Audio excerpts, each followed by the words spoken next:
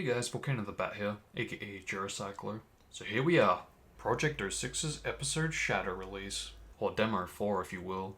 And wow, there's a lot to go over. Probably more so than the last review, which given the content is to be expected. But there are changes even to Sonic's campaign which I definitely will be going over. If you want, feel free to skip to this timestamp if you want Shadow talk. But with that, let's jump right in to Project 06's episode Shadow release.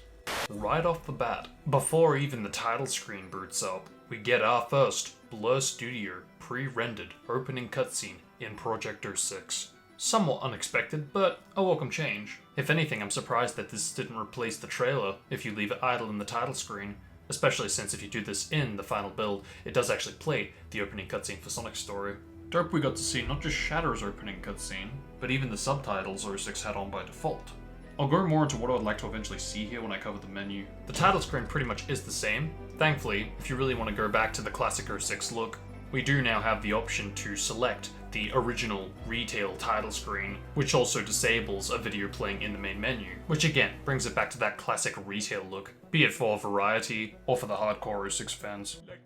If you've already seen my PS6 review from last year, almost everything I pointed out regarding the title screen still stands, still hoping for new game, continue. In fact, if I'm pushing it, I'd even have the quit in the title screen over the main menu, but I am very glad that this is present regardless. I don't know what it is, it just seems that with more text it just looks a bit more complete. In my opinion, press start button over press start is definitely an improvement, so yet again I'm quite grateful for this minor change. Before I talk about the main menu, there's something about the text animation. It looks different. Yeah, from memory, Retails has a distortion, which oddly enough is in Project 06, but it only occurs when you actually trigger it to get in, compared to when you aren't pressing it and it just kind of glurs. Not sure if this was a mistake, but just in case it wasn't, it doesn't hurt pointing it out. Moving on to the main menu, not a whole lot has changed. In extras, for the game room, TGS Sonic, camera type, homing reticle, spin effect, gem shoes type,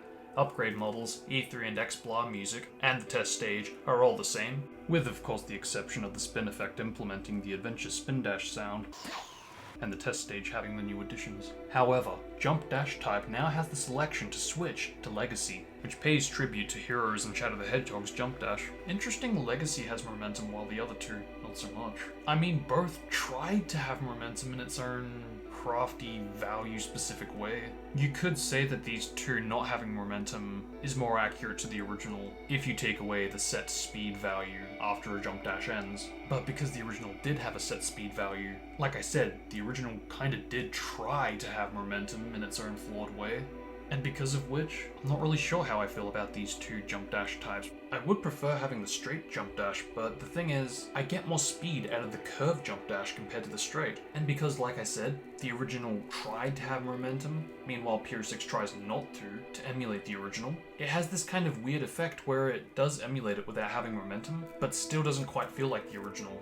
Not yet, at least. I think the reason I prefer the curved jump dash is because it does have a good speed when you exit it if you quickly do jump dashes into the ground, which so far comparing it to the straight jump dash, in my opinion, feels more accurate. Meanwhile, for the straight jump dash, since most of the time you're not going into the ground, it doesn't seem to have the same speed value you would have when you exit the jump dash and enter the air state. But anyway, back onto the new selections we got in the game room. We now have the new option for the attack reticles, and this is basically for Shadow and Omega's lock-on. TGS Sonic, like I said, is the same, but I am a little surprised about that, mainly given Project TGS. This beautiful project was achieved in less than a week, and in it, Chaos accurately recreated Sonic's souls, Sonic's jump dash particle, and even the dash panels and springs. Now I know, having TGS Sonic selected to not just affect the animations, but all these other specifics that I just mentioned, could be considered a bit too much, but I genuinely believe that at the least, the jump dash particle and the souls are necessary to apply to TGS Sonic, if selected.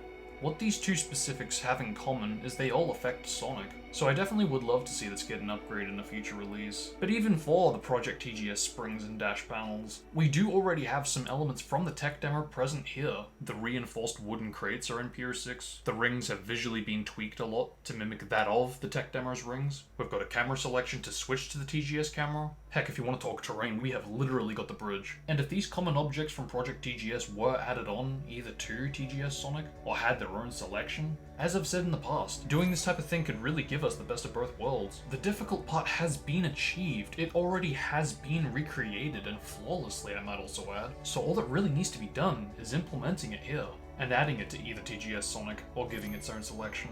For the UI customization, we now have enemy health, which I was a bit surprised to see. I really wasn't expecting it. Like, yes, I did point it out, but I thought for sure that there was more chance of the trick messages having a selection to hide them to be more faithful to the E3 demo than the enemy health being removed. Which means, all we really need now, at least in terms of gameplay, is the trick logo messages to have a selection to disable them. Doing so would really complete the E3 UI. Especially now. We also now have the option to view who was involved with PR6 in the credits. It was a bit unfortunate some wouldn't know who was involved outside of Chaos due to not playing the full demo to view the credits that way. At least now more people are going to see who exactly was involved. There certainly was the occasional "who are you" comment. So yeah, recognition now. I do appreciate it. We now have the audio room implemented, which I was thinking of maybe talking about in either the last review or this review if it weren't to be implemented, but here we are. And it makes sense. We've got all the main stages, so yeah, it makes sense that we have all the main music. I'm actually really hoping in the future we get to see the Dreams of an Absolution remix implemented. Every night I will save your life, and every night I will be with you. Actually, you know what, now thinking about it, there really is a lot of remixes that have been done by Lee Brotherton. In the nightlight, do you see what you dream?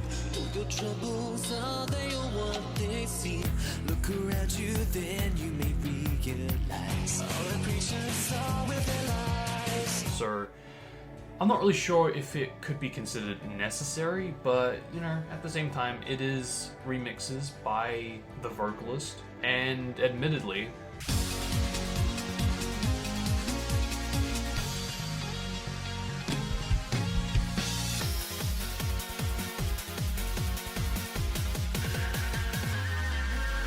some of the remixes are actually pretty badass sounding, and you know, there is actually one that I even prefer over the original. So yeah, I don't know about you guys, but I'd love to hear this in the audio room for a silver release. I'm actually a bit surprised that we didn't get access to the theater room. But even with that said, even if we didn't get access to the proof of concept cutscene take on too late, at the least we probably could have gotten access to the video file cutscenes, or in other words, the pre-rendered Obla Studio cutscenes, especially now since there is a pre-rendered cutscene in PR6. I guess it'll turn up there eventually, so all good. And at least we got the audio room, so yeah, all good.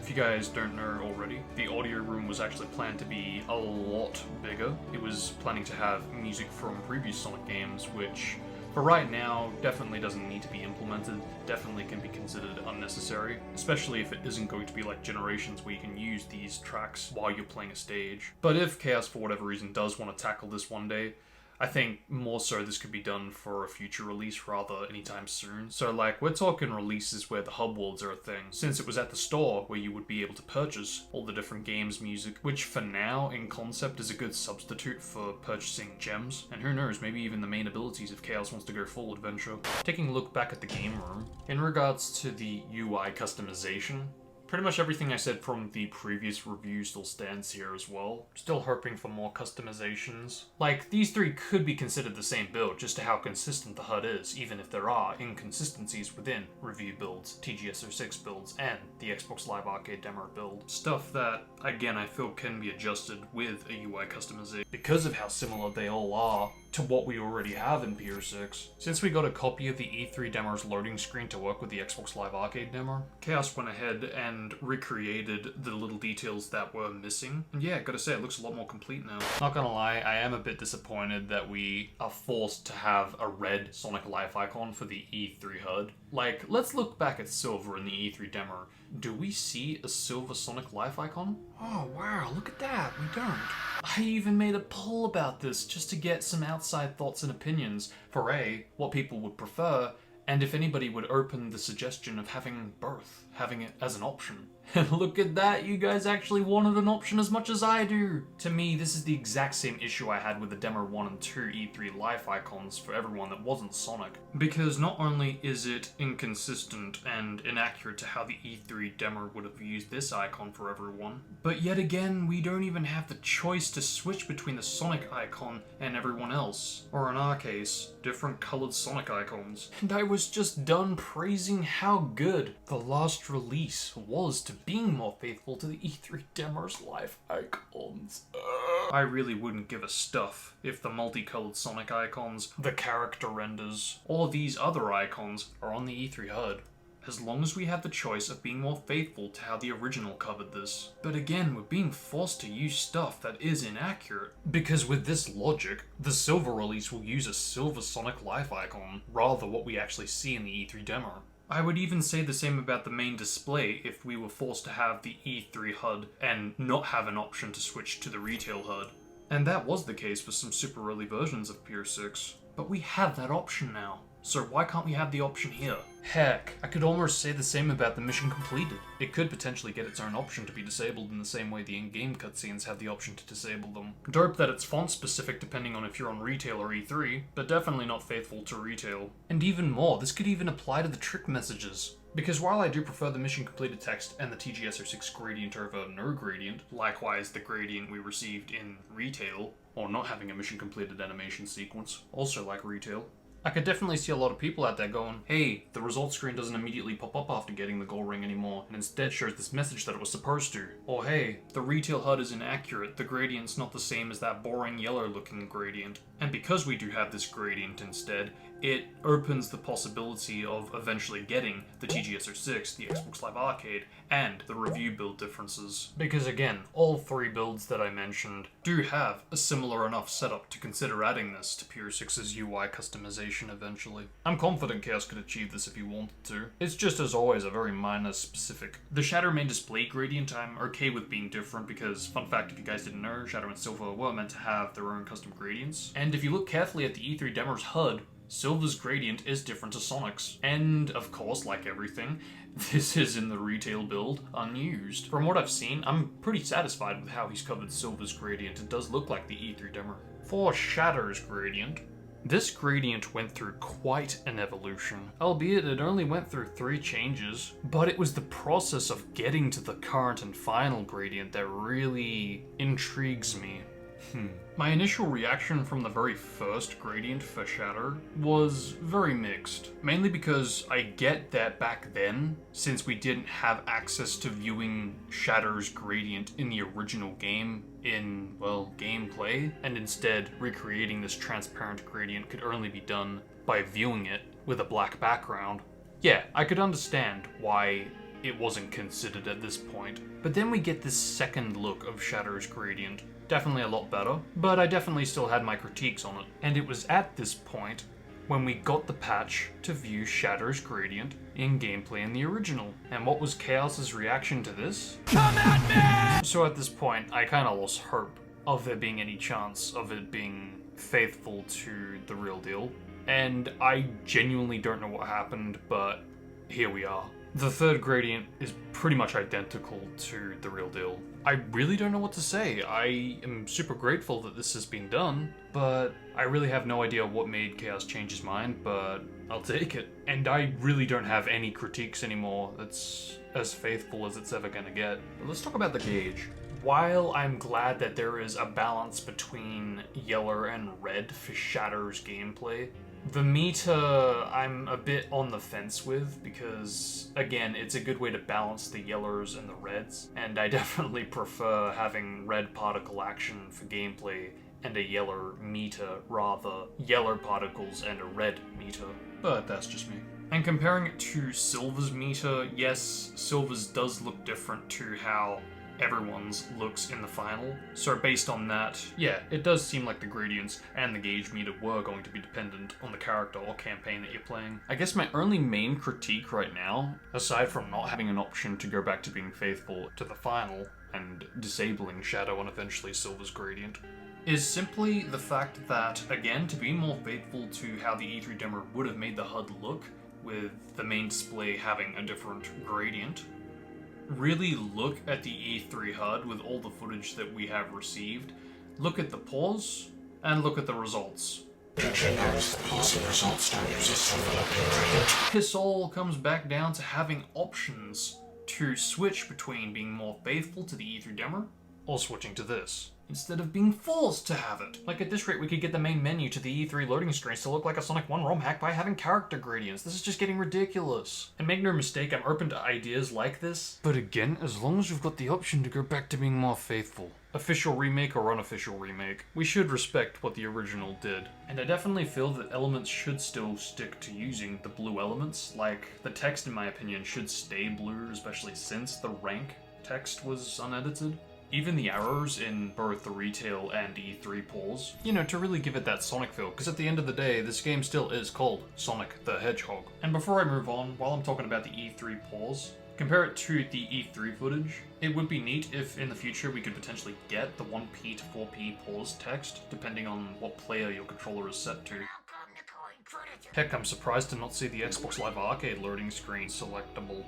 Sure, a quick Photoshop edit would be necessary for the updated input maps, but even outside the UI customization, it especially could have been used as you entered the demo's take on Kingdom Valley. Just a real bummer we don't have the PS3 TGS06 loading screen to really be specific to which inputs you might have selected. But in conclusion to this really can all just be wrapped up as adding all of this that I've pointed out as options to the UI customization. Surprisingly enough, there actually are people out there that don't actually want the mission completed text. Again, stuff like this. Having a visual to the UI customization showing the mission completed text so you can switch between either the PR6's retail font, the E3 font, and an option to be more faithful to retail by having no mission completed text. We cater to everyone. Rant over, please add options, let's move on. Now, let's talk about game settings and options.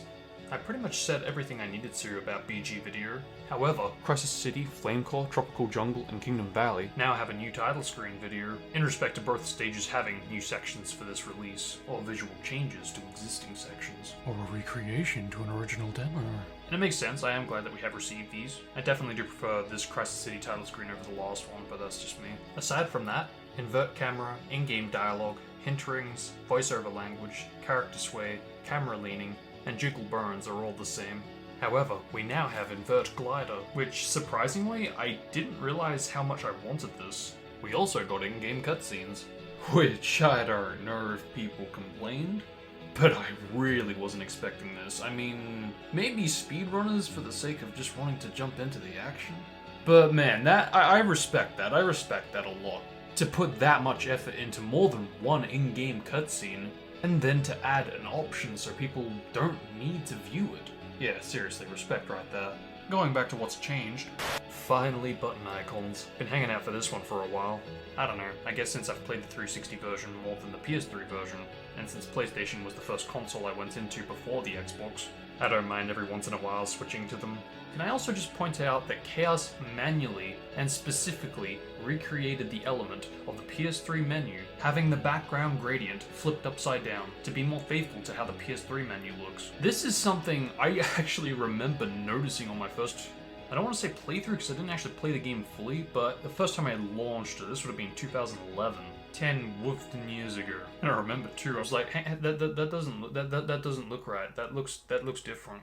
That's different. I know that's different. I've played enough of the 360 version to know that is different. That is different. And for the longest time, I didn't think anyone else would have noticed something so minor. And if they did, if anything, would have assumed it was just their output or even the capture card making it look different. I never, ever would have imagined that if PS6 was going to have PS3 optional settings to switch between 360 to PS3, would the gradient be recreated? And here we are, being able to swap between the 360 to PS3 gradient. Makes me wonder if he's going to make the health bars be upside down in the same way the PS3's health bars are upside down compared to the 360 builds. Whether this was intentional on the PS3 version or not is, well, it's equivocal if anything. Regardless, I'm very, very satisfied with what he's done here. Looks freaking amazing, and I do feel like I'm playing a PS3 version of the menu. As I briefly pointed out, because button icons are now a thing, and you know what, if I'm getting really picky here, because Chaos recreated the E3 Demo's title screen video, perhaps sometime in the future we could get access to the E3 Demo's title screen sprites, depending on the main display that you've set in the UI customization, which should technically include the game's logo as well, because if you look very carefully, the E3 Demo's logo actually uses the logo we received from not just the trailers, but the official soundtrack and the sites. Compare it to the one we got in retail, it is in fact different. This could not only affect the title screen to look more closer to E3, but even the unofficially seen Xbox Live Arcade loading screen with the E3 style using the retail font. In other words, if you have the loading screen set to E3, meanwhile the main display is set to retail, instead of having the E3 font for the stage logo with the bigger, more bolder objective text, you'd instead have what would have been used for the Xbox Live Arcade loading screen. The best part is, the Xbox Live Arcade files the E3 stage logo and the retail font has all the stage's logos, including End of the World. I mentioned this previously, but depending on what you're using for button icons, it could potentially view what we actually got in the Xbox Live Arcade demo, or the TGS06 loading screen for PS3, albeit the latter would be a recreation. But then, the E3 loading screen is also a recreation, a mighty fine one at that. Heck, speaking of fonts, this could even affect the subtitles eventually. You ever notice that in some of the trailers, the subtitles were kinda bigger? Not to mention the same font that's used for a lot of E3 text? I low-key do wonder what the E3 font subtitles that were in place would have looked for other cutscenes outside of what we have already seen. You know what, even what we have already seen. You ever notice that there were also script inaccuracies here? The City of Water, Soliana. That are the key to this secret. Ah, the Chaos Emerald. I finally found it. Make no mistake, I get that it's more than likely just a translation issue, something that was very obviously apparent in the E3 demo, so much so that they even got inputs wrong to the opposite console. But my point to this is, because at one point we were meant to have this style of subtitles, and we not only didn't get it in the final, but we also haven't seen this style with an accurate script to what we got in the final. I mean, damn, it's almost like it's daring us to put it back in. And at the time of this video, this currently is the only way of getting it to work. And faithfully. So seeing all these alongside the recreated E3 title screen video and potentially its logo and sprites that it came with, from both the Copyright Sega Corporation 2006 to the Cairo font Press Start, and who knows, given Chaos has shown an interest in doing this, maybe in the future we could even see the E3 demo's menu. I'm not really sure how that would look with a setup that would include shadow, especially trying to merge this with what we do already have from the retail main menu. Likewise, what we would have received with the new game and continue text that would have appeared in the retail title screen. Yeah, there definitely is a lot to go over if we're even going to consider the E3 menu, but that's a story for another time. Going back to options, we now have data settings, which is pretty cool, I've got to admit. Keeping track of your total playtime, likewise your last save, but perhaps more importantly, having the capability of being able to reset your game data. Now this kind of goes back to why I wanted the new game selection to appear in the title screen. It could be really useful for speedrunners that want to reset their game save, instead of having to close out of the game, carefully locate a specific file and delete it, compared to being able to do it safely and in the game. I think when we get to the story mode elements, there'll be more reason to have a new game selection in the title screen then, compared to now. Because in the meantime, we've got this, and I'm perfectly fine with that. Only thing I'll comment on is the total playtime. If possible, I think it would be really cool if we could have a separate time for the in-game time, basically keeping track of your time when you're in gameplay, compared to this time and just keeping track of, well, everything. A nitpick of mine that I've had with the main menu for a while now is how it doesn't include the Xbox Live or Network selection. Now, I understand, because it's on PC, why would there be a selection titled Xbox Live? Or better yet, why would he even implement something that wouldn't be selected for God knows how long? For one thing, we have PS3 and 360 selections for the inputs, to the point that even the hints still say press the A button to do a homing attack, or press the X button to do a homing attack, depending on which console you've selected the inputs for. And in terms of implementing something that won't be selected for a while, I look at the multiplayer and just go, well, how about that? Why is that even implemented if that's, again, not going to be selected for God knows how long? And aside from being more faithful to how the original was intended to look, I feel like now that we do have the option for PlayStation and Xbox icons, there's even more reason for switching button icons to affect Xbox Live to Network and vice versa. Again, like multiplayer, even if it's not selectable, it would just complete the menu that much more. And the main reason I was hesitant to point this out in the previous review was the simple fact that we didn't have the PS3 icons previously. But now that we do, again, we could really see how this menu was supposed to look on both the PS3 and 360 side of things if implemented. You can probably see why I cut this out of the previous review. And even now, I probably wouldn't be talking about this if the PS3 and 360 button icons weren't a thing. And even if this doesn't get done, at least I feel the satisfaction of putting the idea out there in case some miracle happens in the future. And some of you might be thinking, well, what would it actually do when and if it eventually gets selectable? And well, it really depends on what Chaos wants to do in the future. It could serve as something as small as installing the DLC to PR6, to something as big as having online multiplayer. Again, it really depends on what Chaos wants to do in the future. Before I move on, we've received a lot of info in the last year regarding previous menus of Earth 6, be they for a demo or not. And again, it's cool to see that Chaos has actually shown an interest in recreating and implementing this to Unity. Whether that means implementing it to PR6 though, that's another thing. Assuming that that is the case though, I would really love for all of you guys to discuss in the comments how all of these menus could look if they were merged together in the form of PR6. Anyway, the final thing to talk about on menu changes is we now have the status screen to keep track of all your PBs. If you directly compare it to the original, you can actually see the best time and best score have been swapped around, mainly to be faithful to the results screen. And fair enough too. I also see Chaos thought among the same lines to correct the upper and lowercase spelling. Like, the inconsistency in the original is interesting to say at the least, especially comparing it to the modded in menu in the demo. We now have a new addition in the form of best total score. This was yet another element where I was really surprised how much I wanted this. I look forward to the release where medals are finally making their debut. Before I move on from the menu talk, this has been bugging me for some time now. When you save changes in options, you have a pretty cool animation where it says, the game is now saved. But, you guys know how memeable now loading ... is. So I've always wondered, could we maybe get could we just get a 1 arrow stroke saying now saving ... or something among those lines? Cause damn, now loading, now saving, I don't know, that's just a me thing if I were to have a wish list. Anyway, moving on to the stages. Sonic Wave version.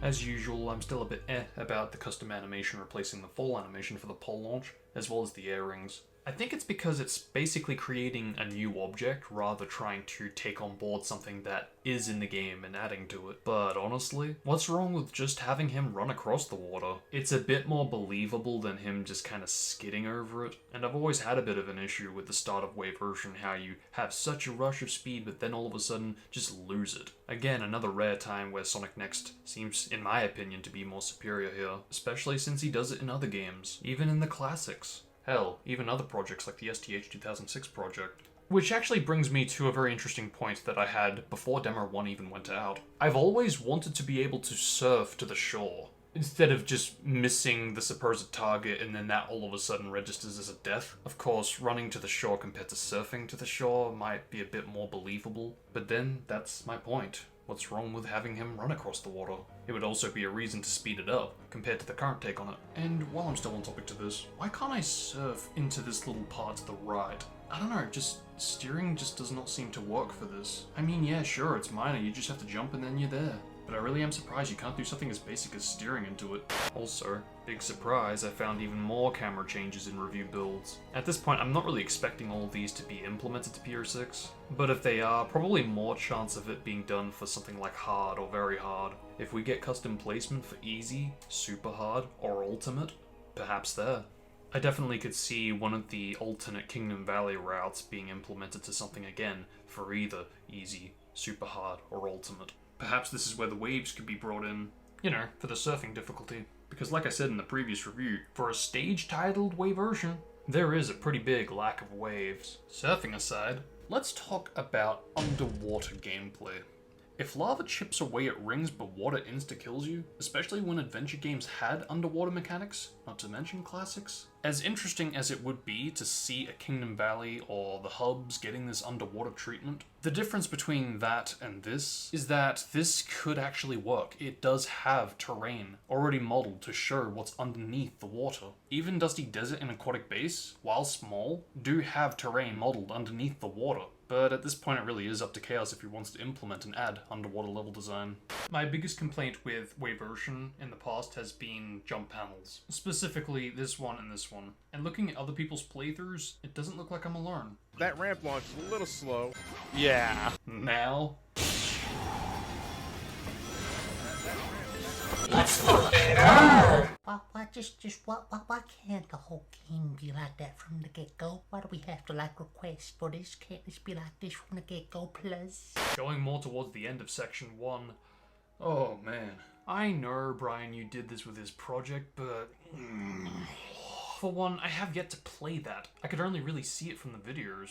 And two, Gen's modding has made the physics a lot more like an adventure game than I was ever expecting from mods. But at the end of the day, Gen's was made with the intent to play like a Boost game from the get-go, while 06 and PR6 both set out to play like an adventure game. Boost games, despite the time their games were released compared to adventure games, don't have dedicated loading screens to split up the gameplay action that adventure games do like with 06. And despite the time of 06's release, and as an adventure game, it's common for there to be loading screens to split up the action. But that is no excuse to not show where you're gonna end up in the next section. But man, this is all I've ever wanted for Waversion, a better transition to see where the hell you're going next. I really didn't think that this would be something that would change, at least not in the next release, because I am still in awe about this.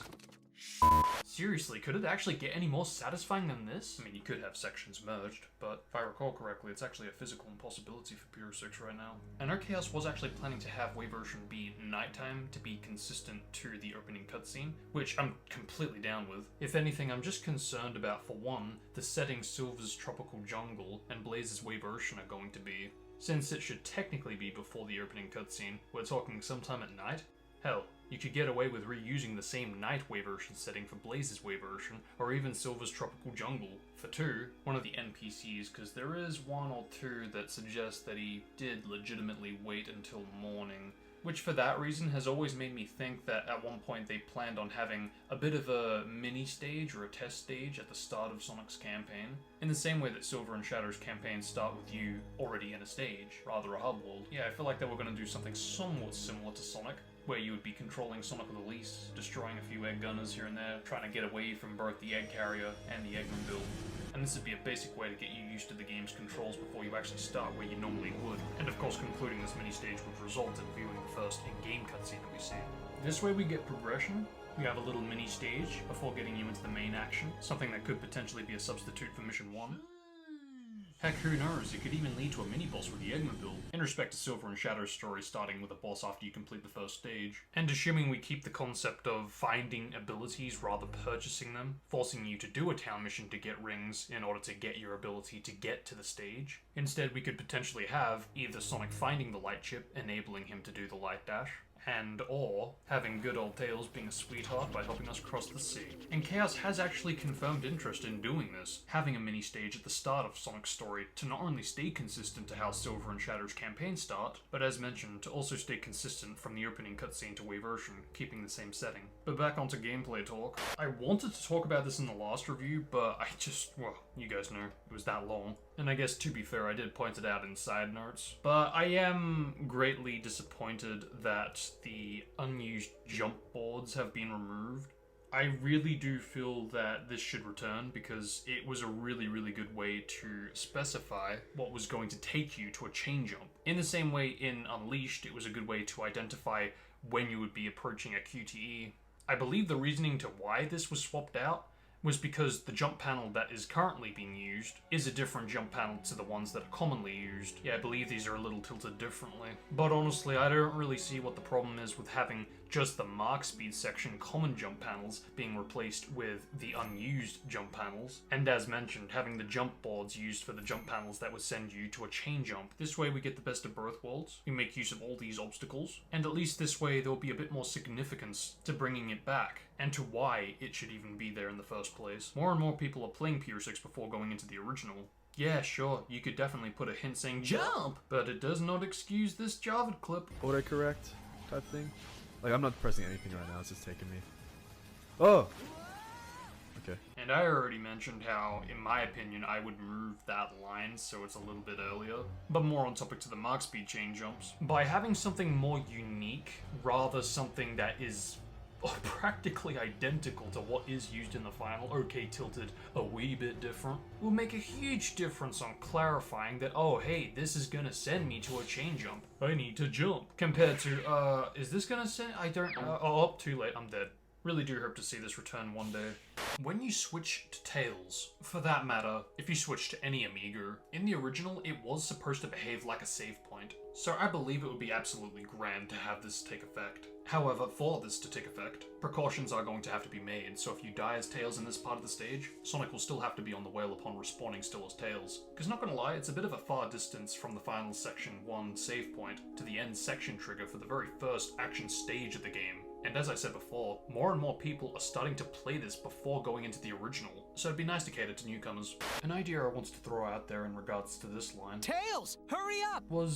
I was thinking maybe it could trigger when Sonic gets to this point in the stage on the Orca instead of when Tails gets to this part of the stage. Yeah, I feel this way it won't just trigger regardless if you get there super fast or super slow depending on where Tails is in the stage, but instead it'll trigger only when Sonic gets to that point in the stage. That way, basically, it's a timed line, rather something that currently triggers even if you're going as fast as possible. Anyway, getting to the end and beating the stage and viewing the E3 mission completed, let's go! Even if you stick to the retail HUD, seeing it with the new rodent font is just an amazing visual by itself. We've already got confirmation that retail was in fact meant to use the mission completed. And looking at how the Cairo font inevitably was replaced with the new rodent font for a lot of logos in this game, there's no doubt in my mind that if the mission completed were implemented to a retail-like build, it would have used this font. I mean, the exact same thing happened with the E3 loading screen. We've never officially seen footage of this, but just knowing the Xbox Live Arcade demo was planning to use the E3 loading screens, and instead of using the Cairo font for the stage logo, it instead would have used the new rodent font. Again, there's no doubt in my mind that the E3 mission completed text in a retail-like build would have used the new rodent font. In conclusion, I am very, very satisfied with Waversion's changes. There are definitely still nitpicks I have, but honestly, this one positive just makes my day. Sonic Dusty Desert. Well, my biggest critique is still the jump panels being faster. Like, I'll give props, these sets of jump panels have been improved tremendously, and I greatly appreciate that. But I kid you not, I don't want to take this route anymore because of how slow these jump panels are. And, well, if I do, I literally will just go around them. Aside from that, the only other thing I'll note is I feel the sound design could probably be adjusted a little bit with destroying this specific object. I mean, I understand having RNG take over with the pitch, but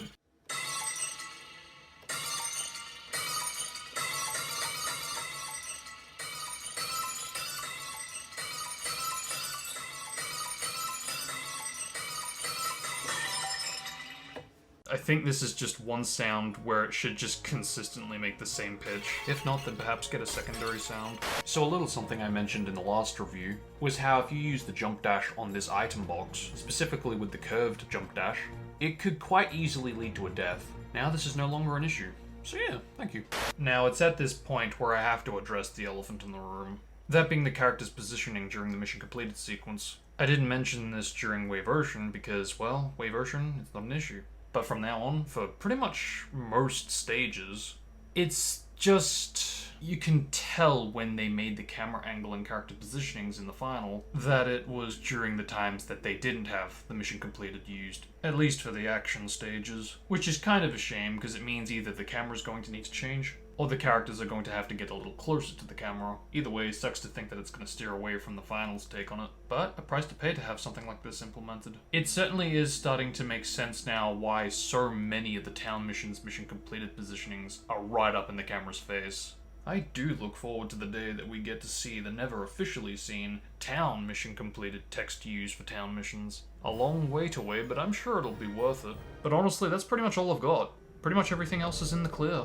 The only other thing that I've ever really wanted for Dusty Desert is something I pitched pretty much just after Demo 1 went out. Something I don't really want to critique since at the time Chaos stated it was an impossibility for PR6, at least to his game developing knowledge back then. But all it really was to have Dusty Desert be a timed stage. I briefly mentioned something like this for Radical Train, but what I had in mind for Dusty Desert would have been very different. It's basically, what if the quicksand didn't just affect Sonic, but also the terrain? So it wouldn't just be a rush to get away from the robots, but also the area.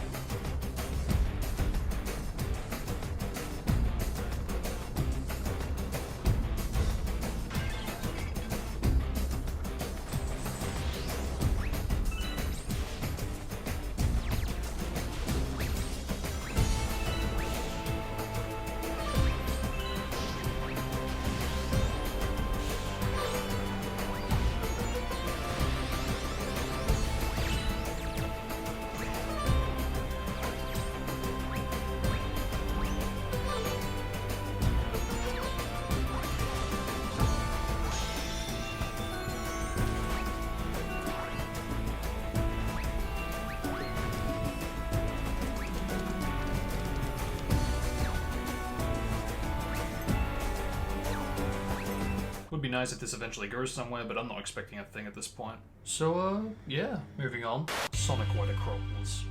Love that the first jump ramp actually works now, and love that there's some dash panels at the end of the final jump ramp. I don't know why I was expecting Sonic to land on dash panels, but this works just as well. It's bonus that we actually see Sonic entering the base now. Perhaps Section 2 could start looking something like this in the future.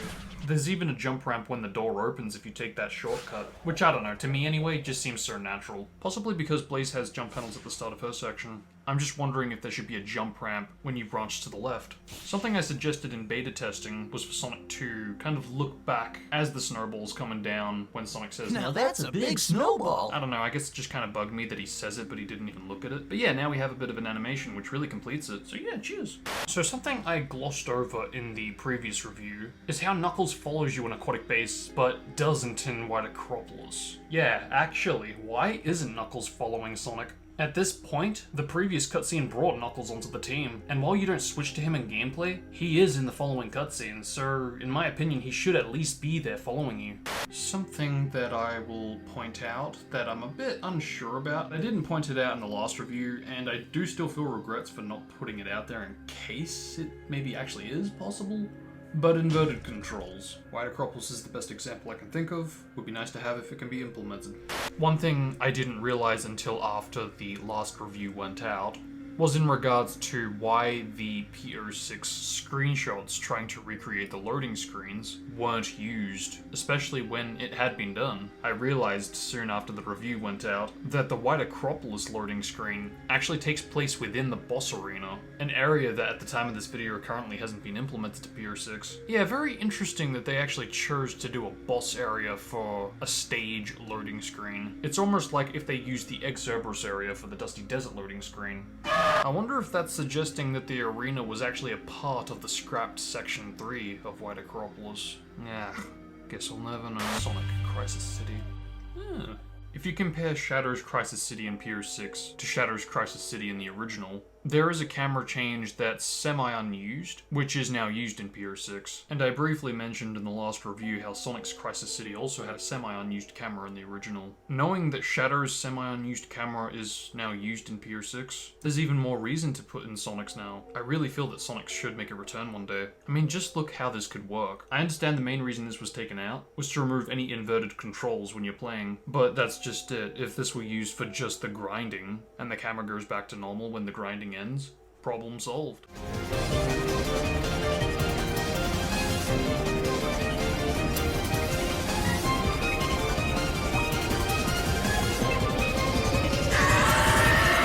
Another something that I mentioned from the previous review might be the idea to have the tornado explode, to have a fancy visual at the end of the stage, to add a bit more merit and reasoning to why Sonic would even pose, compared to before posing in front of a fiery tornado that he was literally running away from. And it's good to see the pipes kind of come towards Sonic as the tornado explodes. I don't know why I was expecting them as obstacles, but I'll take a fancy visual any day. Similarly to White Acropolis, where Sonic would look at the snowball, it's cool to see that Sonic looks and acknowledges the fiery tornado. This is what I'm talking about. These kinds of details really just make the difference, despite how minor they may seem. Oh, also, the obstacles I mentioned in the review, where if you hold down or spam, could lead to breaking out of it, or occasional deaths, all of which has now been fixed. So yeah, thank you.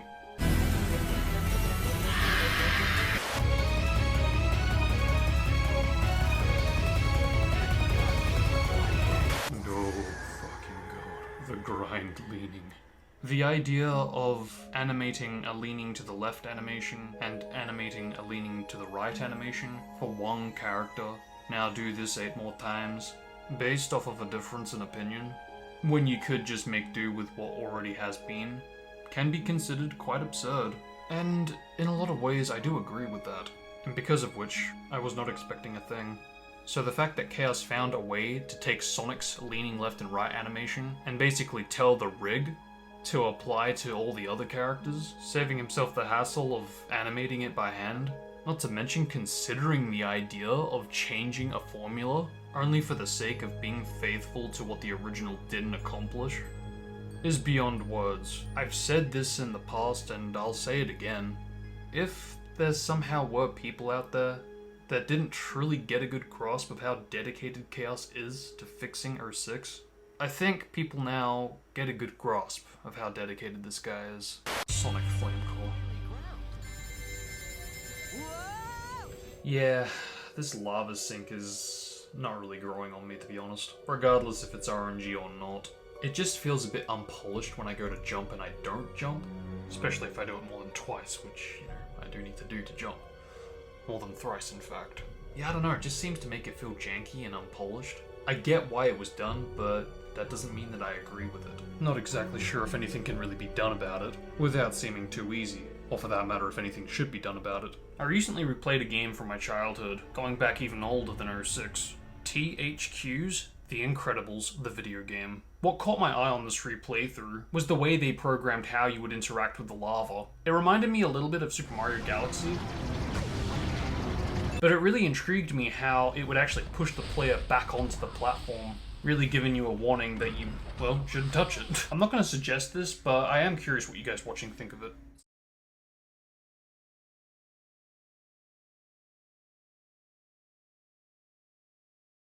Speaking of The Incredibles, a detail from this video game I pitched to BNPR6 is now a part of the project, and don't worry, I'll save that reveal for when it appears. Flamecore meteors do have a drop shadow, and a bit of a light right as they're about to collide with the ground, but with the current camera and lighting, it'd be great if the light from the fiery rocks could hit the ground a bit earlier, potentially lighting the drop shadow itself. Detailing this I feel could prepare the player a bit better.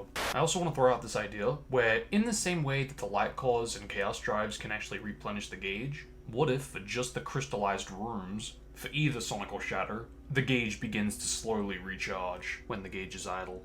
And I do want to reiterate when I say idle, because, and big thanks for doing this, Sonic's gauge now does replenish at the speed it should. Shatter's was never meant to refill, at least based on the builds that we know of.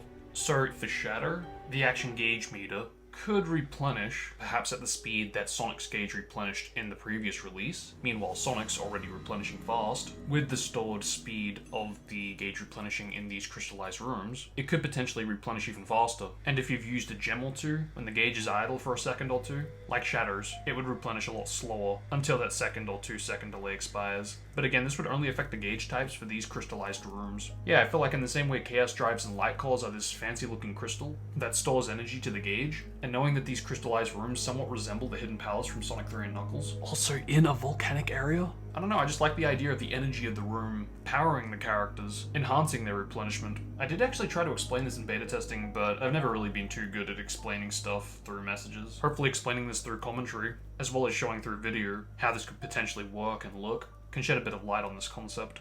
So something I'm a little confused about with the original, during the parts where they were supposed to say, Whoa! The flame died! Dang!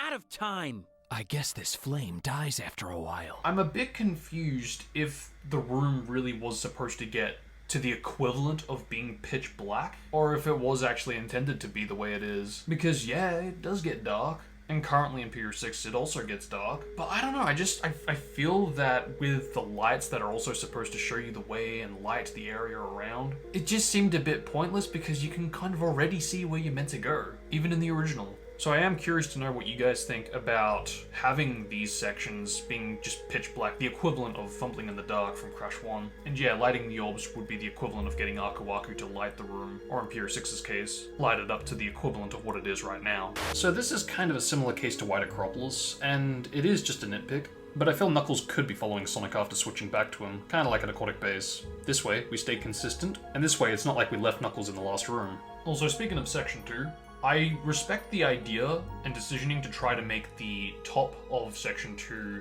look like you are actually inside the volcano, especially since it was one of the other visual critiques I had with Section 2 of Flamecore in the original. I just hope that we do get an update in the future that makes it a bit more believable, I guess. Because it's not bad, it's just, it could be better. I even think borderline it could even be smaller, because in the original, the whole intent was to make it really kind of fade into darkness, to give the impression that you really fell from quite a high height, as unbelievable as 06 logic already is. Who knows, maybe we could even see the meteors shooting up from the lava, all the way to the top of the volcano, for continuity in Section 1. But on a positive note, I really do like the heat waves that are rising to the top of the volcano. An unexpected but welcome change. Before I move on, let's talk about lights. The Northern Lights. You know, it's funny. To me, and to virtually every other player, they are the Northern Lights. And it was for this reason that I asked a while back, Is this supposed to be like, ooh, it's White Acropolis, bad future? Perhaps explaining why these lights are present? But no, it's just a pretty visual. Yeah. There have been attempts to suggest otherwise, but yeah, I'll let you guys decide if these are Northern Lights or if they're not Northern Lights. Yeah, I know that this release specifically is just going at it with the visuals, and that's that. But I guess all I'll say in regards to this is I hope that we do eventually have the option to switch between, be it the original or this, or any other potential changes in the future. Be it for variety or for just a choice to choose between which in-core twist we might want to load into. Anyway, Yakuza Sonic Radical Train. Wait, remind me, what makes the trains so radical? Is it the trains that have been rigged to basically hit the bombs? Or is it the egg train that we don't even meet up with until the second section? I don't get it. Okay, so low-key, I feel there could be a mini cutscene of some sort of indication that we have finally saved the pedestrian train and now are going after the egg train. Maybe there could be a visual explanation to why Tails and Knuckles were in the previous in-game cutscenes, but have disappeared during Radical Train and in the in-game cutscene after Radical Train. So I guess aside from all the critiques that I pointed out in the last review, in Section 1, the main things I want to talk about are in Section 2. First of all, thank you so much for updating these jump panels. I can't apologize enough for the inconvenience that the transition of these jump panels went through. They went through quite the evolution, and I feel really bad that I just don't know how to explain stuff well in messages, because it went from going to the middle pillar to the right pillar, then to the left and right pillar. Meanwhile, the second jump panel on the right sent you to the mountain the far right jump panel already sends you to, and it was like, so close! But eventually, finally, we got all three. And again, I do apologize for the inconvenience. Let's talk about the cargo that I mentioned in the last review. I feel it is important to point this out, but when pitching something, Chaos tends to get a second opinion on whatever it is being pitched. And fair enough, since he hasn't played the original. When I pitched implementing the cargo, when getting a second opinion on this idea, the people that were disagreeing with this idea were imagining if this were implemented to the original or the retail version. And as an obstacle, how this would behave in the original is if you hit it, it would phase right through, which could potentially lead to a death. The funky thing about Pier 6 is that, it has new states, such as bouncing back. So, if this were implemented, there would be no risk to dying, simply because you would bounce back. So yeah, since there's no real reason to not have it, we'll be good to eventually see it in the future. So okay, as Sonic starts chasing the train, we see cargo blowing up. But later on, we find out the reason why this is because Shadow's the one doing the damage. So I'm not really sure how much could be done. I don't know if it'd be possible to visually have Shadow always in front of Sonic blasting the train, but in case it is, just throwing out this idea.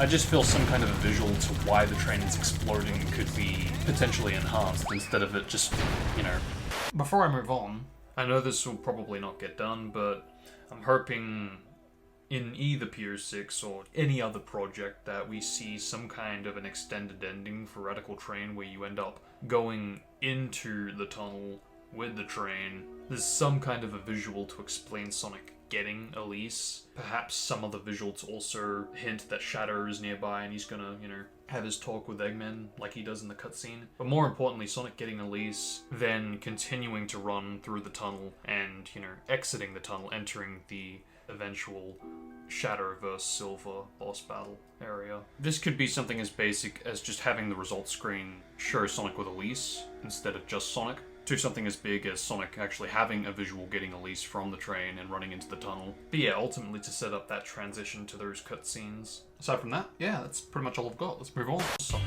Tropical Jungle. So, since Demo 3's review, it has been made clear to me as to why the orange or fire-like shield has been implemented over the green shield. And yeah, it's a shame, because I do understand it. But yeah, I think I'm always going to prefer the concept of the green shield. Also, with these promotional screenshots or review build screenshots, at this point I'm just leaving it here for Chaos to decide if he wants to implement it. Same with this clip. So again, this is yet another stage that has some visual changes to it, which again kind of adds to what I said in Flame Core. If this is going to affect future releases, I think it would be wise to in the future have an option or a selection as you select the stage, giving you the decision on which setting or in-core version you would like to load into, almost like selecting which weather you want to load into. Also, I just noticed that the gauge replenishment delay isn't affecting if you jump and land, meaning as soon as you land, instead of playing the 0.5 second delay, it instead immediately recharges, implying that maybe the delay played during the jump.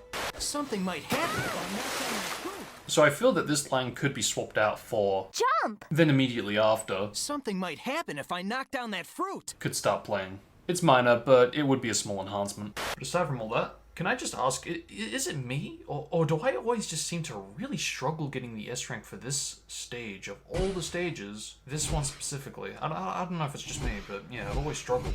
Let's move on. Sonic Kingdom Valley. Okay, so I'm heavily considering making a video showing the evolution of Kingdom Valley. And the reason for this is basically because there is some really very interesting changes to every version of Kingdom Valley, from before E3 2005, during E3 2005, during TGS 2005, after TGS 2005, before E3 2006, during E3 2006, during TGS 2006, to review builds, to review builds, to review builds, to the final.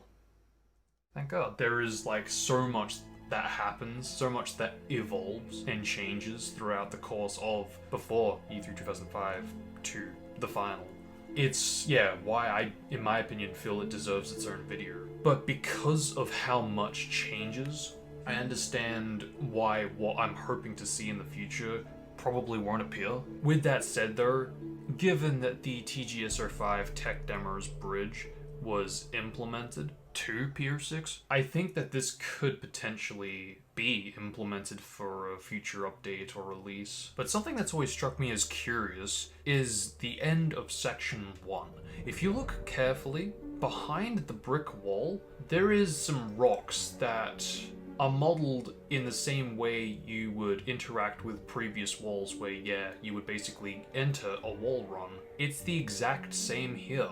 So if we accept that in those builds around that time you were actually meant to run on the wall instead of take an eagle to get from point A to point B, this opens up a whole bunch of possibilities to how Section 1 was meant to end. And believe it or not, in the final there is actually some placement, semi-unused placement at that does suggest roughly how this could have ended.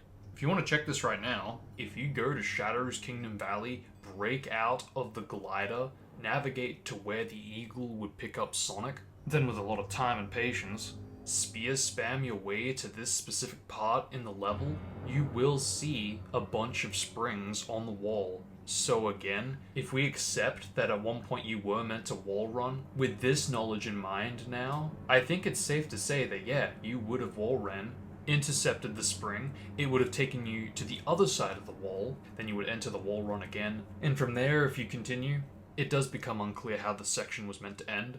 Like the previous springs, it could have just perhaps been a spring that just shoots you into the next section. That, or perhaps, what I like to think, is you get to the end and there's an eagle waiting for you, you jump off of the wall, homing attack and reach the eagle. And then, you know, that sets up the next section. Given the tech demo didn't have a single eagle, it's probably unlikely that that's what would have happened, at least that early on. If anything, it was probably the goal ring. And yeah, I know, a seriously minor detail, especially for something that's never fully been seen, and never officially. But I do feel like there is enough evidence to support that this was a thing at one point. I mean, the level design is already there. It already does suggest that wall running was a thing at one point, both in placement and terrain. So again, maybe this is something that perhaps, if not for normal, could be implemented to hard, very hard, or super hard, or ultimate even. Anyways, moving on topic to what we actually got, the introduction animation. Silver, we don't have time. Let's get to Elise right away. All right. Let's go. You know, when I said maybe the cutscene animations itself could be there, like it could merge into the very start of the gameplay itself, I wasn't expecting that. And albeit we didn't get that exactly, but like this isn't even that far off. This just makes it more painful with what the original did in the in-game cutscene before the stage started. How the hell is this meant to transition to this? I've even tried to make mock-ups of like maybe where the terrain of the cutscene location took place and how a jump panel would have sent you to where the E3 version of the stage starts, in the air. And I mean, if this were done in an ideal world where we have no fade-outs, no loading screens, just raw gameplay from in-game cutscenes transitioning to a jump panel, which transitions to the in-game cutscene that we see here. I mean, even if the jump panel idea was just part of the cutscene, it still becomes awkward once you take into consideration that Silva was meant to say this! Sonic, we don't have time. Let's get to Elise right away. So, for the first time, I actually feel lost with, like, when, where, if that would be used. I mean, hey, you could probably get away with it if you had a dedicated cutscene for Silva's stage startup, but, oh man, it's just... It is unclear whether or not Silva was meant to go through Section 1. I feel like he was meant to at one point for this reason. It's just a very unfortunate position to be in, and I'm not really sure what Chaos thinks about this line, or the idea of having pretty much the exact same animation, but from Silva's perspective, with Silva saying the line. Needless to say, I still really love what we have received, and I totally understand if this is all we are gonna get, because even the thought of having the equivalent of this cutscene take place not in Section 1, but where it starts in retail, and having Sonic be in a location he literally never visits in his take on Kingdom Valley. It's possible with Silva being where Sonic is, because, you know, that really is where the stage starts. Well, sort of. Where am I? Who am I? But yeah, again, it's just an awkward position to be in. Now we need is just Shadow to say the same thing. Silver, Sonic, we don't have time. Let's get to Elise right away. Now, if I'm not stupid, I'm pretty certain that the alright line that Silva says replying to Sonic is just a modified version of this line. All right, Sonic, here I come. I mean, I can hear the alright in that line being sped up and pitched up a bit to give very similar, if not the same results to what we got. All right, all right, all right, all right, all right, all right. If you couldn't tell from the line that I just played, that line is used for End of the World, and it is used in the retail version. I guess my point is, while it does work, why edit and reuse a line when there is actually another line said by Silva saying, all right, that doesn't have anything else that needs to be cut later on? I know it's a nitpick, I'm just curious. If it's the delivery, then I totally understand that. And in which case, this brings me to a very similar nitpick I have, but in Section 2. I'll go on ahead. Leave it to me. Once again, I'm just lost in curiosity as to why this hasn't changed since Demo 1. Maybe it hasn't been pointed out that much. Well, unsurprising, it is a nitpick after all. I mean, either way, I could actually see the leave it to me being used for Silva's response to Sonic, all while the I'll go on ahead goes back getting its faithful justice. But you know what, even the other take. All right. I just find it strange that there's a reason to need to result to edit audio rather than to make use of one of the hundreds of unused lines in the game's library of voice clips. Like, adjusting the lines for input changes? Different story, obviously. Replacing a story cutscene line from Have you retrieved the Book of Darkness? To Have you retrieved the Scepter of Darkness? Or Let's head back to the city. To My Tornado 1 will get us there in a flash. is a big difference. But you can understand from a perspective why that would change. This, on the other hand, like I said, I just feel lost. Just leave it to me!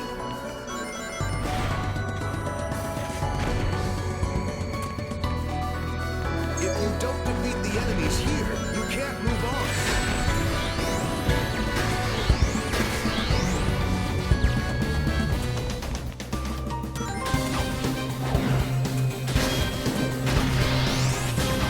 I'll go ahead here.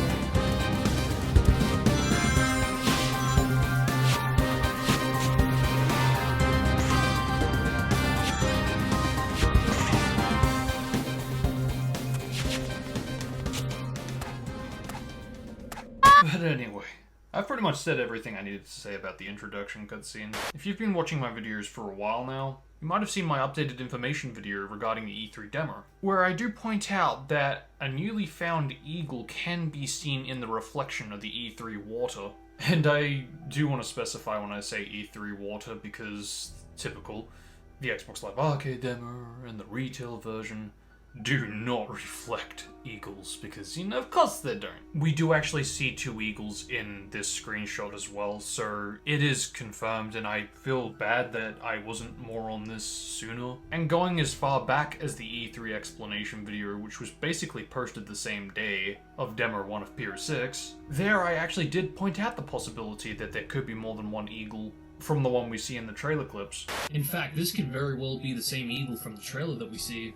Which, if that's the case, there may actually be more than 1 eagle at this point. It makes it that much more rewarding when you succeed. You know, lately I have actually been watching the trailer of 06, and I've begun to suspect that this eagle was actually split up into 2 different eagles. And to be honest, I actually wouldn't mind seeing that in Pure 6. It definitely would make it more of a challenge. So I'm guessing that the eagle that you currently lock onto in Pure 6 would have behaved the same way it does in retail, just a basic circular pattern. And with the right precision of gameplay, you would have to jump off and lock onto this second eagle. And again, with the right precision, it would make it that much more rewarding when you succeed. It's why it makes me feel bad to now point out for accuracy that this eagle, again for accuracy, needs to go back to the retail spline, while another eagle gets implemented where we see the one in the trailer clips. I guess it's like I've always said, if this were to be the case, and there were 2 eagles all along, it would make it that much more rewarding when you do actually pull it off and make it all the way to the clear gem. And I don't expect this anytime soon, but I am throwing it out there, because you never know.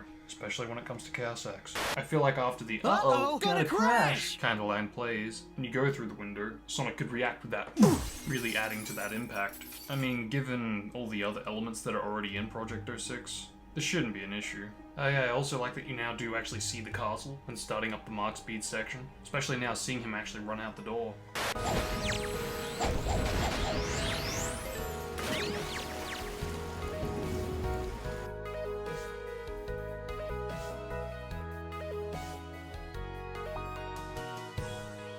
Aside from that, I think that pretty much does cover all the main things that I wanted to talk about with Kingdom Valley. I guess the only other 3 things that I want to comment on is that I think it would be cool if in the future Silver's Psychic Ball could affect the cages to bend the bars. I love how in the Mark Speed section there are now 4 jump panels, faithful to the E3 demo, not just in numbers, but also the speed, if not faster than E3. I also like the idea of having the camera rotate when you run on the water in the Mark Speed section.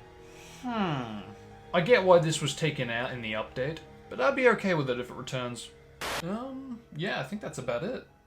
Oh, I do like that the Kingdom Valley Section 3 cutscene has changed a little bit. Now Sonic's pose mirrors that of the E305 teaser, and in the exact same scenario where he was surrounded by robots. Very unnecessary, but at the same time, it's those unnecessary details that I live for. Sonic, aquatic base. So, something I've noticed with time is that while the visuals are extremely beautiful in the second section, the lighting is more pink than red. And I don't mean to sound like I'm complaining. I mean, heck, I was literally praising it in the last review. But again, for a 1-to-1 recreation, it probably should be a bit more red looking in the future. Which again can add to the whole thing of Flame Core and Tropical Jungle, and now this, having their own in-core twist selections. And I'm sorry, but I still seriously disagree with the collision block for these glass barriers. I don't know, maybe something could be done where if you destroy the glass, it also destroys the barrier, or perhaps it could be done in such a way where if you destroy the glass barrier, the collision block goes back where the glass was before it spawned.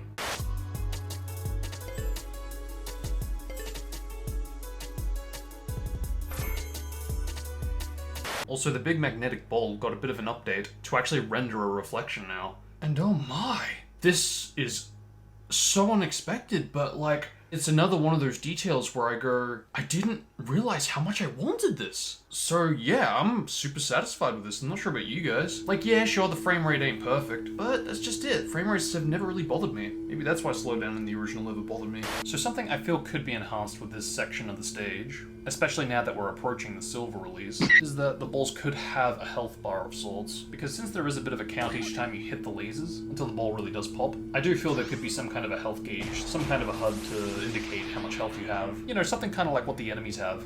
but sprites aside. And before I move on, this stage is another good example of why I feel that eventually the mission completed positionings for the characters should be a bit closer, because the mission completed really does complete this, and obviously I'm not asking for the mission completed to change, but again, you can really tell that when they made the retail positionings for the goal poses, that they didn't have the mission completed used in those builds. Maybe the reason they took it out was because there are some brief times where the Amiga will be behind you, even if they're not posing. Maybe it's even a multiplayer thing. Real shame, because it makes more work here, but I have faith we'll get there eventually. Moving on. Sonic Extra. So the only real issue I have with Tails Wii version is the score you need to get an S rank. Commonly, it's 50k to get an S rank for any kind of action stage, and for bosses, it's usually 30k. That was incredible! That was incredible! Yes. Yeah. So it should probably come as no surprise that in story mode, it is 50k to get the S rank for Tails Wii version. Select this stage from Trial Select, however, it actually requires 52k to get the S rank. And make no mistake, I actually really like the idea of having the extra stages require a higher score to get the S rank. I just don't like that it's 52k, and I know I'm just being a neat freak here, but I'd be totally fine if it changed to 55 or 60k. I think the reason the value bothers me is because I never really got the impression that the scores needed to S rank stages were finalized. Because aside from the inconsistent score value needed for the S rank from story mode's take to Act Trial's take on Tails Wii version, and aside from the evolution the demos went through with what score values they needed for the S ranks, if you take a look at the score value needed for the S ranks in Very Hard, you actually need 100k to get the S rank. So surely Hard would be 75k, right? That was incredible!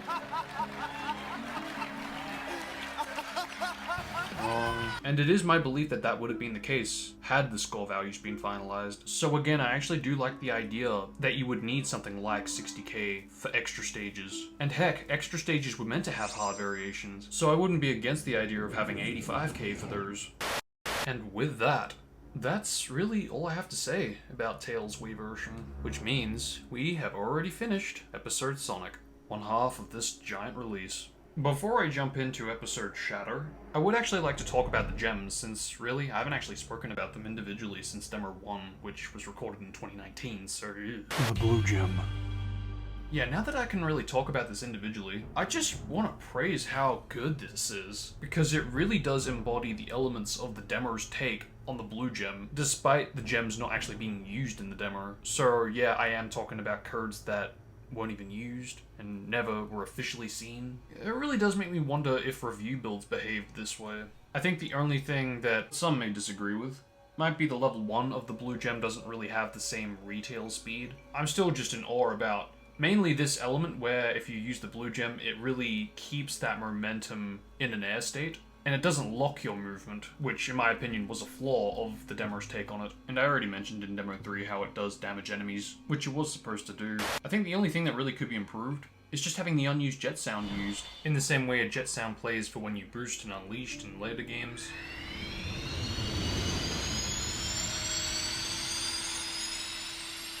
Sonic was also given a jet sound here.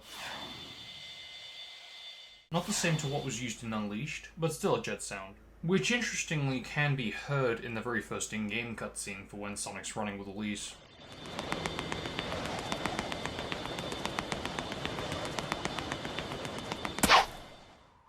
Aside from that, I guess the current sound could be improved a tad, which would just be to no longer cut out. Yeah, I don't know, something like a fade out would be ideal. But aside from that, gameplay-wise, yeah, we're good. The red gem. It was meant to behave pretty much exactly the way it does, slowing down almost everything. The only things that really shouldn't be affected is Sonic, the camera, the pause menu, and even the timer. Because even with a gauge that depletes, I do feel it is a bit too easy to get the S rank if you just stick to using the red gem all the time. But because PR6 has changed this formula so much, I'm not really expecting anything to change. But I would like it to be at the least clear with what the original was intending, in case there was some confusion. Aside from that, believe it or not, my main critique is actually with the sound design. Because as I have said in the past, I am actually open to change. And with what Chaos has already done, I really wouldn't mind if the speed of its behavior does or doesn't change in the future. But yeah, the sound design.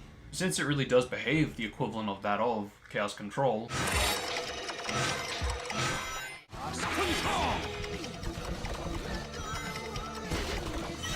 And And since it literally uses the same kind of particles, and from a game that was released the same week, and uses R6 sound design, it just seemed so natural to have these sounds used. So I would absolutely love to hear this in a future release on the red gem. The green gem.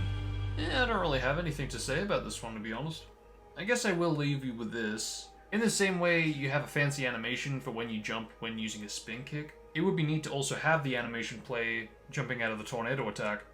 Yeah, that's really all I've got.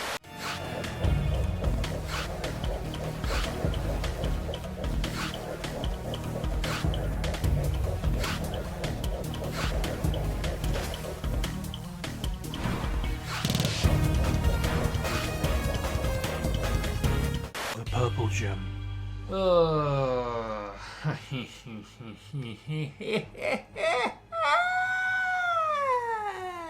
I don't know if this is a case of, you know, hey, Blaze can do a double jump, Amy can do a double jump, sir.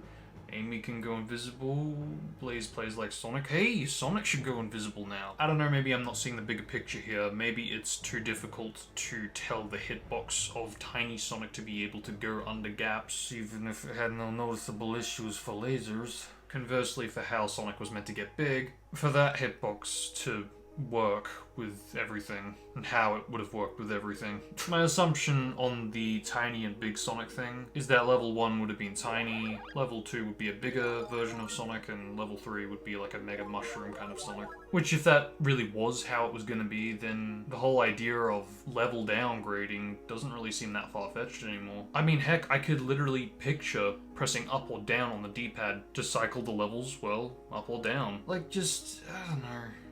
Currently, like, level 2 doesn't even have, like, an in-between, or like a 50% of Sonic going transparent. I don't know, man, it just looks awkward and out of place to me, I'm sorry. In a way, it feels like it also takes away from Amy. Now it's like, oh yeah, Amy, she's got the invisibility that, you know, Sonic also has, huh? Yeah, sorry, I'm not on board with this one, but that's just me. The Sky Gem.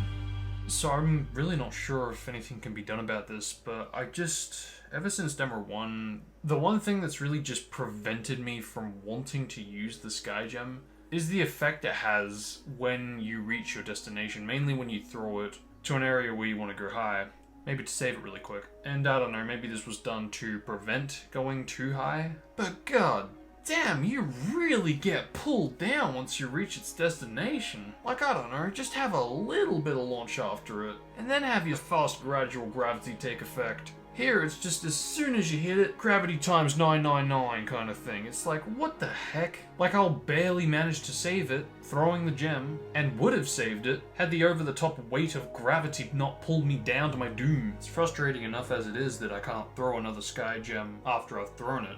Like, the quick throws from idle to jumping and throwing, but the kind of first-person throws, when you have to charge it, I don't know, I guess I just always liked the fact that I could save it if I knew that I made a mistake by throwing it the first time. I guess the main thing is that it is better in terms of not being able to go stupid high to the point of being able to break out of bounds. You can't clip out with the Sky Gem, and you can damage enemies here with it. But yeah, just the super pull after you reach the destination, just, yeah, could be better in my opinion. Also not a fan of the fact I can't actually jump dash after I've thrown the gem out of a jump state. Like, I can't say it enough, it's just dismotivating to want to use it. Especially when I could do this in the original. And having the ability to do a jump dash out of this state brings me to this next topic. I do want to throw out the idea of being able to homing attack the gem in the same way you can in retail. Yeah, believe it or not, doing this in the original did actually push the gem a little further than it normally would, had you not. Pointless? Nitpicky? Definitely. But again, just throwing out ideas at this point. The clear gem. Yeah, as far as the clear gem goes, the homing smash is as flawless as can be. I just wish that we did get an A button homing smash. To me, it is as crucial as having supersonic with the rainbow gem, and not having it just makes it incomplete. And yes, I know we do get a homing smash in the form of the clear gem, but in the same way the blue gem is supposed to give Mark speed results, we end up going to Mark speed results without using the gems in the form of Mark speed sections. I guess the defining difference to why there would even be two to begin with is the clear gem homing smash deals double damage and continues to go up with each level going up, Meanwhile, the A button homing smash only deals 1 damage, but has the same effects as it does in the tech demo, which Chaos has quite accurately recreated in PTGS, I might also add. Yeah, I feel this way, you could have a balance of which homing smash sends the enemy into more enemies and objects, and which homing smash has the double, triple, or quadruple damage. This way it wouldn't be a basic, plain carbon copy of the homing smash from the clear gem.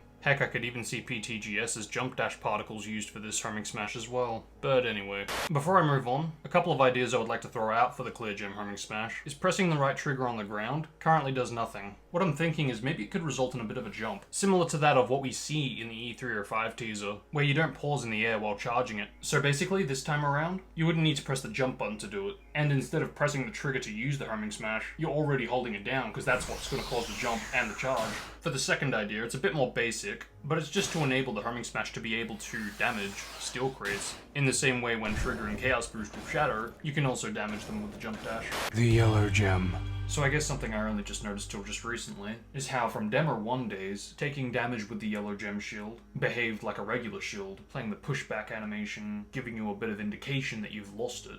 Now, it's invulnerable to all attacks, at the expense of the gauge going down each time you normally would have taken damage. Which yeah, I'm down with the idea of the yellow gem being more overpowered than the regular shield. I just kind of wish that upgrading the levels made you more invulnerable to Vulcan cannon shots, because right now, even on level 3, the gauge still can go down with damage. Like, this is supposed to be more superior than the regular shield, right? If that's not the case and we're just trying to have a balance, giving some pros and cons to both, then it really kind of bounces back to my idea of having a balance for 2 homing smashes, yin and yang. One thing I really would like to address is I'm not really a fan of being able to have a regular shield on, be able to trigger the yellow gem shield, only for that to replace the regular shield, to the point that if I lose or deactivate the yellow gem shield, the regular shield is now gone. Taking damage after doing this, I can kind of get by, but deactivating it? This really should change in my opinion. A rainbow gem. What can I say that hasn't already been said about this beautiful piece of art? Yeah, got some pretty visuals in the update. Which totally had nothing to do with being absent for the beta testing of the update because, you know, I totally knew that there would be an update and was totally under the impression that that was a focus. Woo! Yeah, I really don't have anything to say, which means we are done with the gems. I could talk about minor things related to the gauge, stuff like the inaccurate replenishment delay, or the as mentioned substitute boost or homing smash, or even how the levels and maturity meter are meant to affect the gems equally rather individually. But I've kind of gone over most of these already, both in this video and the last review, and this video is kind of already long enough as it is. But yeah, that's pretty much all I have to say about Episode Sonic from PR6's Episode Shatter release. Before I move on to Episode Shatter, I would actually like to talk about the test stage. Now, it's probably already clear why I'm talking about this, because aside from this funky statement, and aside from this changing, okay, entering the second section, you can find a Kingdom Valley mirror, and hitting it loads you in to the Xbox Live Arcade demo's take on Kingdom Valley, which yet again is another element where I really didn't realize how much I wanted this. I really am glad that it's present here.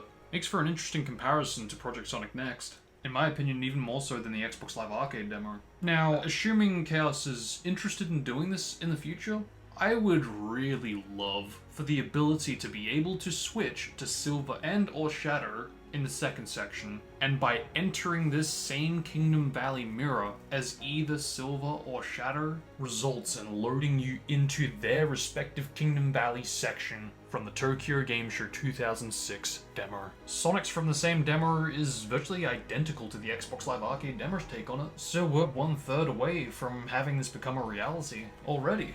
And what can I say, I like the idea of being able to switch to Silver or Shatter, trigger the mirror, and have it load into their take on Kingdom Valley from the demo. Chaos recently learned that in the retail files, Silver's Crisis City placement from the E3 demo, at least a leftover file, exists within the files. So who knows, maybe eventually we could even see either Project E3, Unity style, or a Crisis City mirror. Either way, I'm quite happy with this addition to the test stage. Without wasting any more time, let's hop right on into Episode Shatter. Shatter White Acropolis. Holy crap. Entering the warp hole, the transition, the shrinking, the sound design. Oh my gosh, I am speechless. That is just so incredible. And I'm not even a big fan of the warp holes in the original, mainly because they were just placeholders for what was supposed to become a glider interaction. Take for example the forest. You hit a warp hole to teleport in front of the Kingdom Valley Mirror, when originally, in a review version of the game, you were intended to actually hop into the glider and glide all the way to the mirror. Short gameplay, sure, but for an introduction to the glider's gameplay, in my opinion this would have been ideal. And for that reason, I am okay with there being no glider replacing this warp hole in White Acropolis. Though I will leave that with you guys if you like the idea of instead of hitting the warp hole here, you would instead hop into the glider and have to kind of glide down to the end of Section 1. It could be an idea for a potential difficulty change, either for hard, very hard, or super hard, especially since one of the difficulties does continue with the door opening. Now let's talk about physics. Ice physics. I know it's just a nitpick, and I know it probably would be a bit of a hassle to not apply this everywhere, but only for the icy kind of surfaces. But I do feel that the only real thing that's incompleting White Acropolis at the moment is having slippery slide kind of like physics for these surfaces. And I'm not expecting it, but every time I return to this stage, more and more I keep remembering this element. And I guess the good news is, if this were implemented, it would apply to literally every character that interacts with White Acropolis. There's not a single character that bypasses these icy surfaces. They all interact with this area. So without a doubt, this wouldn't go unnoticed if it were implemented. And well, what do we have here? President, I didn't know that you were the agent who failed to infiltrate the location. Come on, don't underestimate Rouge the Bat. I got in successfully. And got the treasure, too. I was only a little slow getting out. We don't need to stay long. Let's go. It's times like these where I'm so glad I made a bit of a mock-up of how these unused lines could have been used in a sort of in-game cutscene kind of take. This treasure, haha! Shadow, why you? It's a request from the President. Come on, don't underestimate Rouge the Bat. I didn't know that you were the agent who failed to infiltrate the location. I got in successfully, and got the treasure too. I was only a little slow getting out.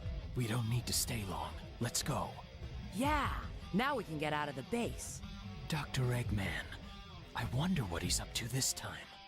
And I've often speculated that these unused lines were the original lines for the scrapped cutscene known as ER-101, which was meant to take place before the very first in-game cutscene for Shadow's story, but after the first opening cutscene for Shadow's story, meaning it would have taken place somewhere during White Acropolis, perhaps during the stage. And listening to these lines... We don't need to stay long. Let's go. Yeah, now we can get out of the base. Dr. Eggman, I wonder what he's up to this time. What is he up to this time? Assuming that these were the lines for this scrapped cutscene, it really does seem that there was going to be an actual in-game cutscene as you met up with Rouge. Which is probably for the best that it didn't appear in the original. Because really let that sink in for a second, if this were a thing implemented to the original, Rouge flips the switch and opens the door, laughing at how Eggman's no match for her stealth. And as she enters the new area, why who could this be? And it's...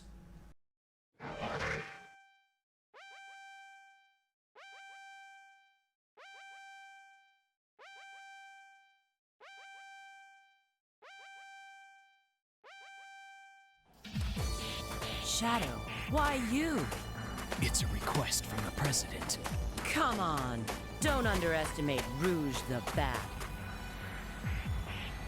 I didn't know that you were the agent who failed to infiltrate the location. I got in successfully, and got the treasure too.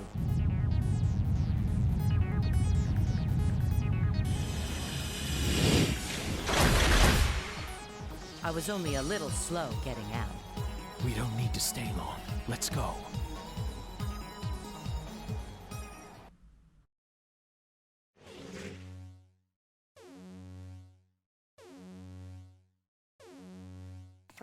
Seconds of loading later.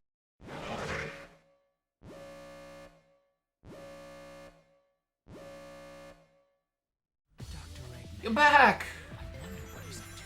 Not to take away from the motion captured cutscenes, if we did ever receive the files for that, that would be a fucking goldmine. But even with all of that in mind, the thing that I've always been a bit iffy about is what determines when you are in the base versus when you are out of the base. The Section 2 music track is listed as the base, despite in the original, when loading in as Rouge in this section, she says, "We got out of the base, but security's really high. Let's see." Not to mention the fact that glosses over when and how she gets the scepter, which I think it's safe to say that this line would have been used for when you do get the treasure, aka the scepter. This treasure, And I'm willing to bet that the scrapped Section 3 of White Acropolis would have been used for when Rouge finds the scepter, including when she would have met up with Shatter. This way, Section 3 was actually the base, which would make sense because it's going to be more of an indoor kind of look based on what we have seen from the cutscenes. Not that it would be completely indoor, because going back to what I spoke about in regards to the stage loading screen, if the arena really was part of Section C at one point, it definitely could excuse this line from Sonic's episode. "This is a pretty cold place for a base." In the same way that the Mephiles Resurrection Castle area had the surrounding forest removed to prevent slowdown for better performance on hardware, I could see them doing the exact same thing here. I mean, heck, they did do the same thing with the Egg Genesis Arena in the forest. It's why if you do find a way to clip out of bounds, let's say spam the purple gem, why so much of the area has been chopped off. It's also kind of why there's a different lighting file for this area. But going back to getting out of Section 3 of White Acropolis, and eventually opening the doors to Section 2, yeah, now we can get out of the base. it would make more sense when she does say, we got out of the base. But security's really high. I guess the only real questionable thing is why do Rouge and Shatter end up going to the end of Section 2 after Shatter has completed his mission? He just needed to rescue the agent. Once that was done, they didn't turn around to go back. If anything, they did quite the opposite. It could be said that Shatter progressed from Section 1 all the way to Section 3, found Rouge there, then they turned around, got out at the base, which would set up the Egg Cerberus boss battle, which if that is all true, would explain why they got rid of it, because it does seem like a bit much to do, at least for a game getting rushed out at the time. Like, with this progression, it would have completely removed Section B, unless the second section, specifically with Shadow and Rouge taking down the searchlights to get out, was intended to take place after defeating Cerberus. But even then, with what we got in the original, both don't explain how they warp, in the funky way they do, to the one of the many rooms in the New City's cave.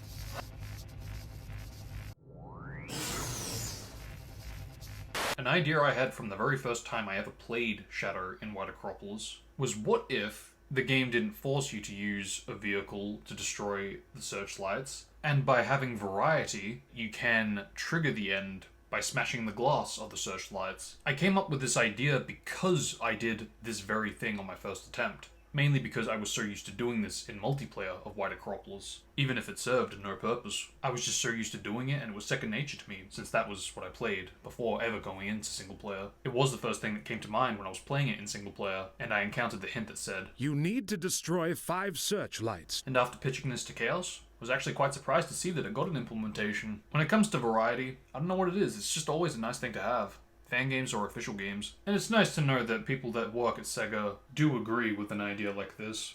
And you still like go bounce up those, right? Like homing attack up them, or you can use the, you can use the car, right? Which was clearly just too easy, as we've seen. And we're doing hard mode here, ladies and gentlemen. I think I got all the lights in the end. The door. Why won't the door? The door was not open. Unless we glitched it. Ah, they actually want us to destroy the proper buildings. That is. There we go. You make these things completely useless. They can't even shine light anymore, but he's like, no. You literally mean destroy the foundation. Yep. Nothing else matters. Oh no!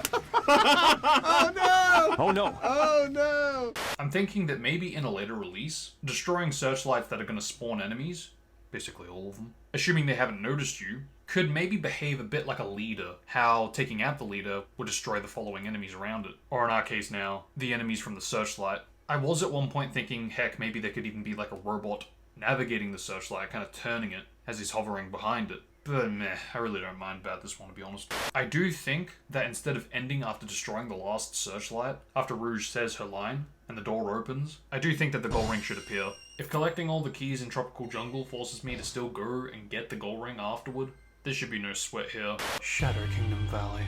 Whew, wow. Quite a lot of amazing enhancements here.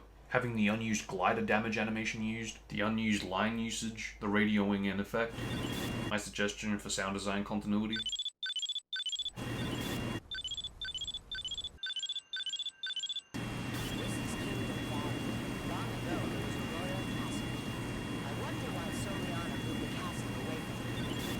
having a radar to find the keys, and also having substitute locations for RNG. This one could do with a bit of work, mainly for the retail locations that now have new RNG-based locations. Yeah, I feel like there could be a substitute object in lasers and cages that can be unlocked, because right now it's just a cage that, if you unlock it, there's nothing. But I do like that it spices up speedruns, and even in general, I do think that this is a better concept, having locations that change every playthrough. In my opinion, definitely something to take notes on for End of the World Chaos Emerald locations. I really like that Section 1 has a bit more decoration to where you're going, which I still find very, very, very intriguing that the castle that Shadow and Rouge end up going to at the end of their take on Kingdom Valley is precisely where, at the end of Shadow's Section 1 for Kingdom Valley, the castle originally took place in a pre-TGS 2005 version's level design. Now, if only we had access to the exterior of this castle, I could see Chaos implementing it here eventually. But because the cutscene area only has the interior, aside from the placement of this section, this is one of the first times we really get to see the vehicles in action for Pier 6. And I still remember for the longest time wondering if the glider would, maybe not physically, but more so visually, look like that of the Ermin's glider gameplay, which I do want to reiterate when I say visually. But at the same time, I do absolutely love the idea of being able to rotate the glider to avoid certain obstacles that may hit the glider on its left or right. Also, what an absolutely creative and unique way to make use of the unused substitute number font for the vehicle ammo values. I don't know, I just never pictured it for that. If anything, I pictured it for maybe multiplayer's UI. It's so small, so minor, but a way to make use of it in single player has been found and implemented. Let's actually go. As far as the controls go, I'll save all the vehicle talk when I eventually get around to talking about all the gameplay. Moving back to Section 2, you know that one place in this stage for Shadow where you're in the hover vehicle and you're just trying to get through and then, oh, what the hell? Why did that happen?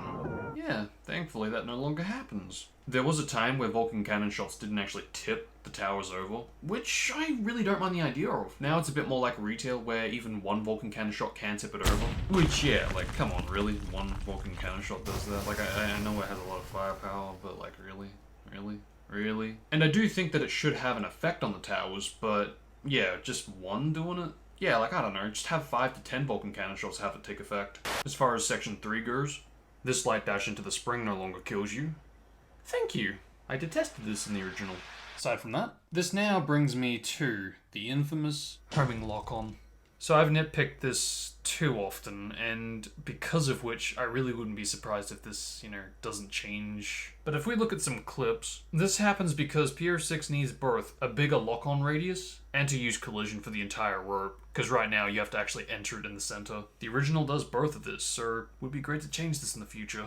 I explained this in the Sonic Next Stage 2018 review, mainly because the radius is bigger in the original, but Sonic will automatically face the next enemy when you do another homing attack. In Pier 6 and Sonic Next, you really have to manually rotate to face the enemy to get the lock-on to work. The fact of the matter is that Unity's take on 06's homing lock-on is inaccurate to the original. So, obviously I recommend changing that. This problem has only become more apparent going into Shatter, because at least Sonic can rely on both gems and his other abilities to take down enemies. Shatter almost all the time needs to use his jump dash and homing attack. I mean, do I even need to mention the fact that you need to do a homing attack in order to enter the combat-oriented states?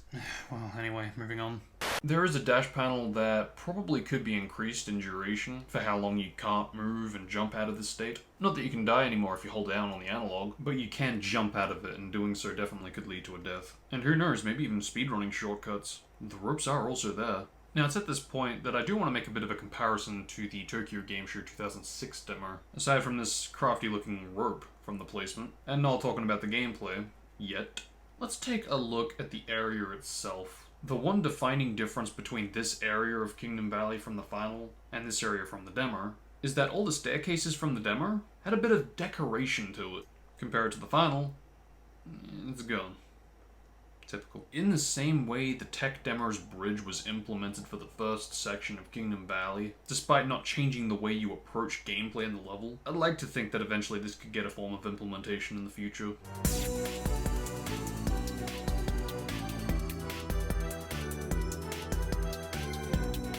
It is a shame, a bit of a missed opportunity that this Shatter-specific release didn't include it. But I guess the silver lining is that in the TGSR6 demo, Silver's take on his Kingdom Valley also interacts with a bit of a staircase that also has this fancy decoration. So maybe, just maybe, if Chaos is interested, maybe it could appear in the next release or two. Really could add to a potential TGSR6 implementation to the test stage after hitting the mirror as Shadow or Silver. With that said, don't expect a thing, cause I sure ain't. Shatter Crisis City. Yeah, perspective. I like what I'm seeing. Hopefully we can get some perspective on Kingdom Valley for Silver. Perspective, perspective, perspective. Aside from that, I don't really have much to say. I love that the proper introduction has been implemented, making use of the semi-unused camera. The new section to Pure 6 is visually amazing as always, and even some of the visual hazards.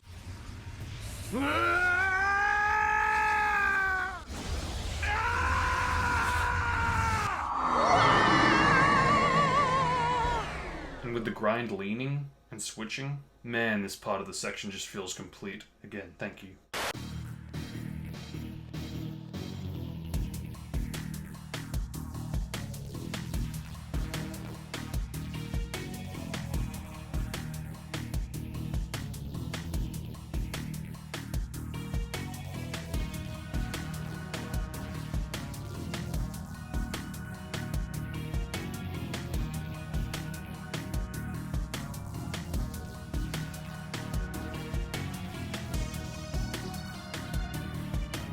I would, however, like to discuss the removed buggy.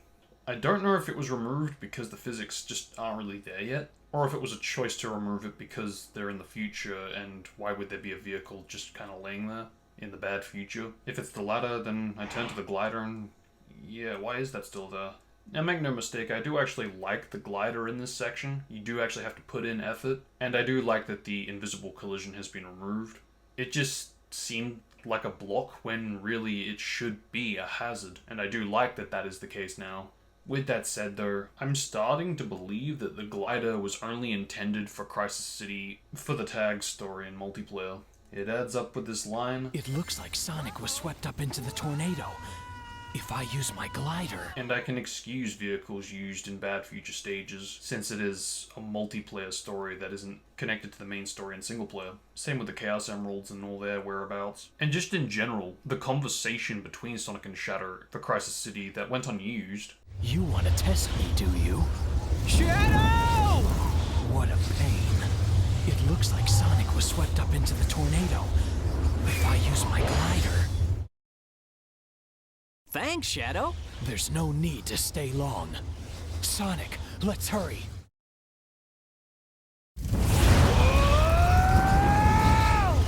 I've got to help him. This is terrible. Shadow was swept up into the tornado. I've got to help him. Hang on, Shadow. It's gonna blow. The city is doomed! Good work. While that also has perspective, with Sonic saving Shadow and Shadow saving Sonic, depending on who you're playing as, it at least would explain why the single-player take has Sonic and Shatter in two separate locations, one group finding an emerald, and the other group finding out about the egg carrier explosion, while the multiplayer take, Sonic and Shatter would both move on to find a Chaos Emerald. There are 6 emeralds left. Hurry! There's probably an emerald here too. Don't fall behind. I guess the only thing that could change my opinion that each character being swept up was an intended element for single player would be if we can find some form of evidence that suggests that after one saves the other, they would have continued and branched into their final section, Sonic's being the Mark Speed area and Shatter's being the E3. Based on this concept, I am okay with the glider being present in a bad future stage, because I do actually have an idea for the glider which I will save for later, and it does apply and excuse the buggy not being present currently. Sure, if the glider were removed, Section 3 would probably look like a clone of Sonic's third section. But then I start to realize, oh, Section 1 and 2 are kind of also a clone of Sonic's Crisis City, huh? In fact, the end of Section 3 is precisely where they would have both gone their separate ways, which is the defining reason to why they both end up in two separate sections. I guess, look, in its current state, It's nothing that needs to change, because as I said, I actually do like the changes made to the glider's take on this section of Crisis City. However, and this doesn't include Kingdom Valley, I do wish that you actually had to, like Wave Ocean, approach it and manually jump into it, but that's just me. Who knows, maybe that's how a substitute ending for Section 2 could end for Shatter, similar to that of Sonic's ending in a trailer clip, only after the up-down reel, you'd hop into the glider, which glides him up into the tornado, setting up the next section. I don't know, just an idea. I always wondered how the up-down rule was supposed to work around here. At least with this idea, it wouldn't be a substitute spring, and it would also help set up the next section. But like I said, just an idea. That's a jet glider over there. Shatter Flame Call. Why was the Chaos Boost invulnerable to the lava, but now is vulnerable? I mean, come on, what a badass thing to have. I mean, even if this applies only to the shard form, it just seems like a thing that Shadow would have. Is that just me? That might be just me. As far as Flame Claw goes, for Shadow's take on it, aside from maybe slightly faster jump panels and obstacles in the future, that's really all that comes to mind. I think one of the main things I noticed upon playing Flame Claw for both Sonic and Shatter is something that I mentioned in Sonic's take on Flame Claw, that just being the Raining Fire having an earlier lit drop Shatter. And while I'm on topic to the Raining Fire, or the meteors if you will, I feel like this could behave somewhat like a Vulcan ring loss, or interacting with the lava ring loss. Maybe it takes away from the threat, but I think at the moment it's a bit too unfair that you're just randomly running along and then all of a sudden, bang, you just lost all your rings because of something you couldn't see.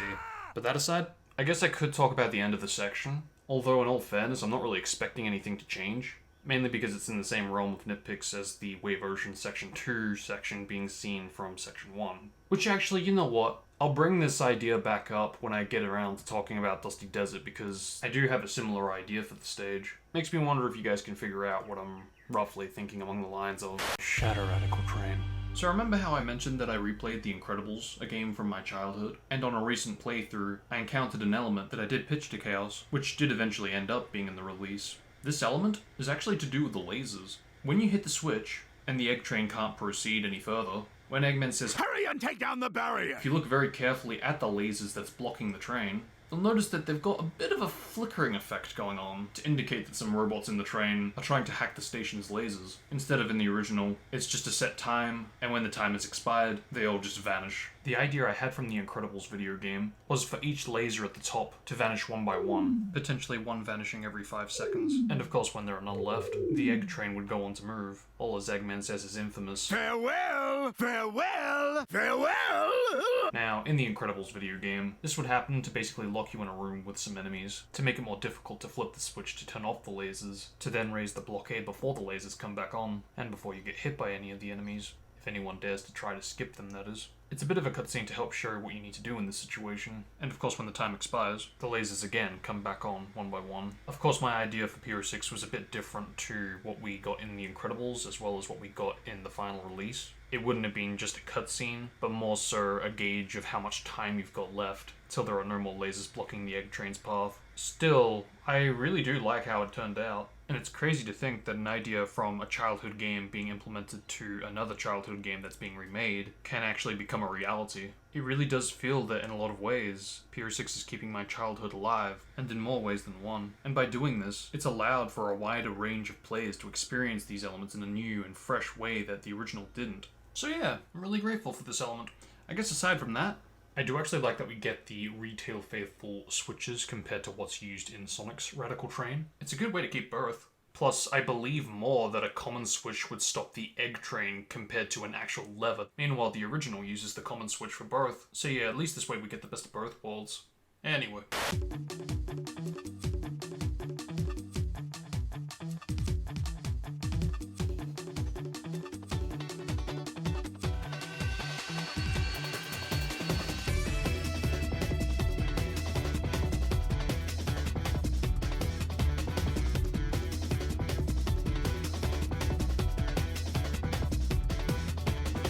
Before I move on, let's talk about the Chaos Snap.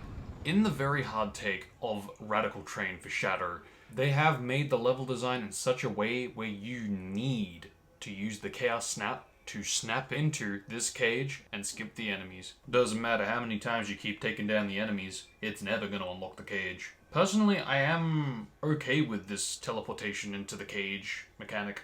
This is meant to be the ultimate life form, so I don't really feel that it's that far-fetched to have him go to this extent. And I feel the same could be said about some other elements, which I'll go into in a bit. But that's all I have to say about Section 1. Let's talk about the second section, specifically the bike. Again, I'll save all the major vehicle control talk for a little later. I'm curious about what you guys think of having the bike with unlimited ammo, to be faithful to Shadow the Hedgehog. Either way, despite what we got, I am still curious what you guys think about it. Also, I don't know if it's for just variety or giving the player the choice whether they want to use the vehicle or not, but I've always been a bit funny about the fact that there is 2 bikes in this section. I'm really surprised that since it got removed in Aquatic Base, this first bike didn't get removed. I just feel more people are going to skip it. It just seems that platforming seems to be the most easiest to handle for this part, getting to the main bike that you need to use. Aside from that, I love the little ending shot that we get after Shadow destroys the egg train. I low-key kind of wish we got something like this for Sonic's take. Something where Sonic would be acknowledging the explosion delivered by Shadow, because I guess we kind of do already get that. It's just not really in a cutscene or camera fashion like it is with Shadow's. Though I guess realistically speaking, if we're really talking about continuity, it'd be grand if in the future we could see Shadow jump out of the bike and set up the hole that he ends up going through in the in-game cutscene that follows after the stage. But that's if I'm getting really nitpicky, it's fine as is. Shadow Aquatic Base. I really like the visual effect to represent that they are in the past. I always had the idea that maybe both the cutscenes and the stage could have a black and white filter to it. Which again, kind of like the Radical Train idea, you can kind of see how Chaos has taken these kind of ideas and turned them into what they are now. Also like Radical Train, this is one of the few stages that also has the bike. So, while I'm on topic to this, I get removing vehicles from the past and the future. The way it looks from the original makes it seem like GUN just left the vehicles there for Shadow to find and use, which, yeah, just kind of seems a bit out of place and a bit foretold. Like they knew Shadow needed to go to the future or the past and knew where exactly he was going to be. So what I'm thinking is, what if Shadow could manually summon them by himself, almost like Dino Capsules from Dragon Ball? Stand back, kid. Stay there.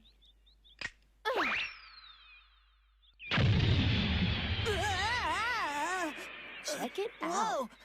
Whoa! Bulma, how did you do that?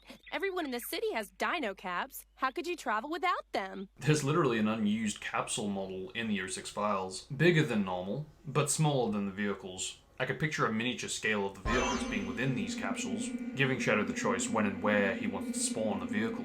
But even more than that, giving the player the choice which specific vehicle they would like to summon. Of course, if this were done, it could answer some questions to why there would be vehicles in Crisis City. Still, for stages like this, I could picture there being an option giving the player the choice whichever vehicle they want to use, if they want to use a vehicle. That way it really does seem like it is Shadow's choice if the player wants to make Shadow spawn a vehicle, at least for areas and sections like these. But of course some things would be mandatory, such as needing to use the glider in the as mentioned stage. Aside from that, I really enjoyed Chaos Blasting in this stage, and overall it just seems to have been implemented really well. With that all said and done, I would like to mention switching to Silver. Now, I still would like to see Knuckles to be the character you switch to for Sonic's Kingdom Valley, but with that said, I'm not going to suggest implementing Rouge as a replacement for Aquatic Base here. If anything, I'd suggest that when you switch to Sonic and Silver's Kingdom Valley, to instead swap Sonic out for Blaze. In my opinion, a hedgehog shouldn't switch to another hedgehog. That's the whole point of having separate episodes. Yeah, you play as Silver in the Sonic storyline. And that was actually my first time playing as him because, you know, I wanted to finish Sonic first. Imagine my surprise getting used to his completely different gameplay style in the middle of a level. One of the hardest levels in the game, in fact. There's even times when you switch control to one of the other main hedgehogs inside another hedgehog story. Guys, if I wanted to play as Silver, I'd fucking pick Silver. I really don't get why in Sonic's story you play as Silver, and in Silver's you play as Sonic. It's so repetitive and nonsensical to me. I didn't play as Amy Rose in Sonic's story back in Sonic Adventure. Keep your characters to their stories. But to be honest, even with the idea of having Rouge replacing Silver in Aquatic Base, still doesn't work. Because in my opinion, both what we got, as well as the idea of swapping Silver for Rouge, just don't seem to really work. Based on, for one, the whole splitting up that Shadow and Silver want to do. We'll have to split up. I'll pursue Mephiles. Okay, then leave Iblis to me. As well as a lack of Rouge during the past cutscenes. What did you find 10 years ago? So, here's what I propose, and I'm not too surprised if some of you guys disagree with this, but it's ultimately to remove the switch from normal for continuity and using it for a harder variation. That way it's consistent with the story and doesn't go completely unused. And for the Rouge consistency, eventually, add her to the eventual Shadow vs. Silver boss, perhaps during the fight. Of course, if this were done, there'd need to be some kind of a visual or some sort of understandable explanation to why Rouge doesn't go to the past. Perhaps Silver could weaken her, almost knocking her out. My body! Shadow! No!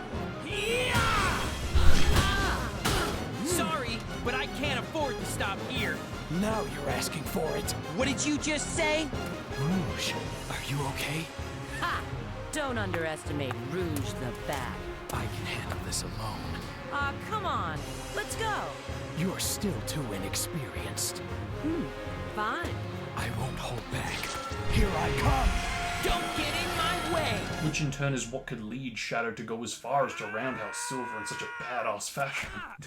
This way, she witnesses Silver and Shadow go to the past, which can set up her line when Shadow returns. Where's the kid? What did you find 10 years ago? And that way, it explains why Rouge isn't in the past cutscenes, let alone the stage. Which, by the way, on topic to when Shadow returns, that should totally take place outside of the new city. Like what, Silver and Shadow return from the past and both are in the exact location in the new city, but don't see each other? Like, bruh, come on. So instead, since Silver and Blaze hear some noisy people... This is the worst thing that could happen to us. I never saw something like this scary before. I am so scared. No, did you see it? It had many colors. It was vibrant. I saw it went across the sky. I don't think it ever came back. It's gorgeous. Where did it go? Where did it go? Where did it go? Did you see it? I don't think it was made from humans. That is, maybe it went to Mars. Imagine the colors was like flashing. I didn't know what to do. I just ran over. I didn't know what to do. Meanwhile, Shadow and Rouge don't. Omega is still in pursuit of Mephiles. So, where's the kid? I feel even the castle town could be skipped over in place of the underused forest for the in-game cutscenes. With that said, the forest actually got more screen time than the castle town did. And since the castle town is where you load into next after this cutscene, it'd probably be more ideal to have it here. But yeah, in conclusion to this, it's to basically remove Silver from normal, keep him for the difficulty variations, but as far as the continuity goes, as far as the story goes, for normal he would be removed. Same would apply for Silver's eventual take on Aquatic Base. Anyway, yeah, that's pretty much all I've got. Shadow Way version. I really like that you have to go up to the glider and jump in. It is something that went unused. That's a jet glider over there. Use the triangle button to get on. And just in general, I always wondered why you never did this, when for literally every other vehicle, at least once, you do have to manually get in. I like that my Encore idea finally made an appearance. No fooling, I pitched this years ago, before Demo 1 days. We're talking when Chaos would view my streams to get footage from the original game. I forgot how fun Tropical Jungle is once you really start to, play it normally. I like how you have to actually call the turtle by getting fruit. It's why I cut White Acropolis a bit of slack for Sonic's take not being at daytime. It's why I want to make sure that it is clear in this video that stages like Silver's Tropical Jungle and Blaze's Way version, the as-mentioned Sonic's White Acropolis, and eventually Silver's White Acropolis, could, timeline speaking, take place with an accurate setting, just like how this was done here. Aside from that, it'd be great if eventually you could switch to Rouge, or at the least see her gliding next to Shadow in the glider sections, when she says her line that's clearly meant to indicate that she is tagging along. Not gonna lie, I kinda wish there was a bit of a transition cutscene animation to show Shadow entering his section from the sea on the glider before hopping out. I don't know, maybe Rouge could also be seen there as well. I mean, Rouge literally has a line that is used that was unused. When this job is over, I want to come back here. And in spite of it now being used, we don't really see her. I don't know if this bugs anyone else, but it just feels it could potentially be even better than just using an unused line, especially since we don't even switch to her or see her in gameplay. Let's talk about the switch location.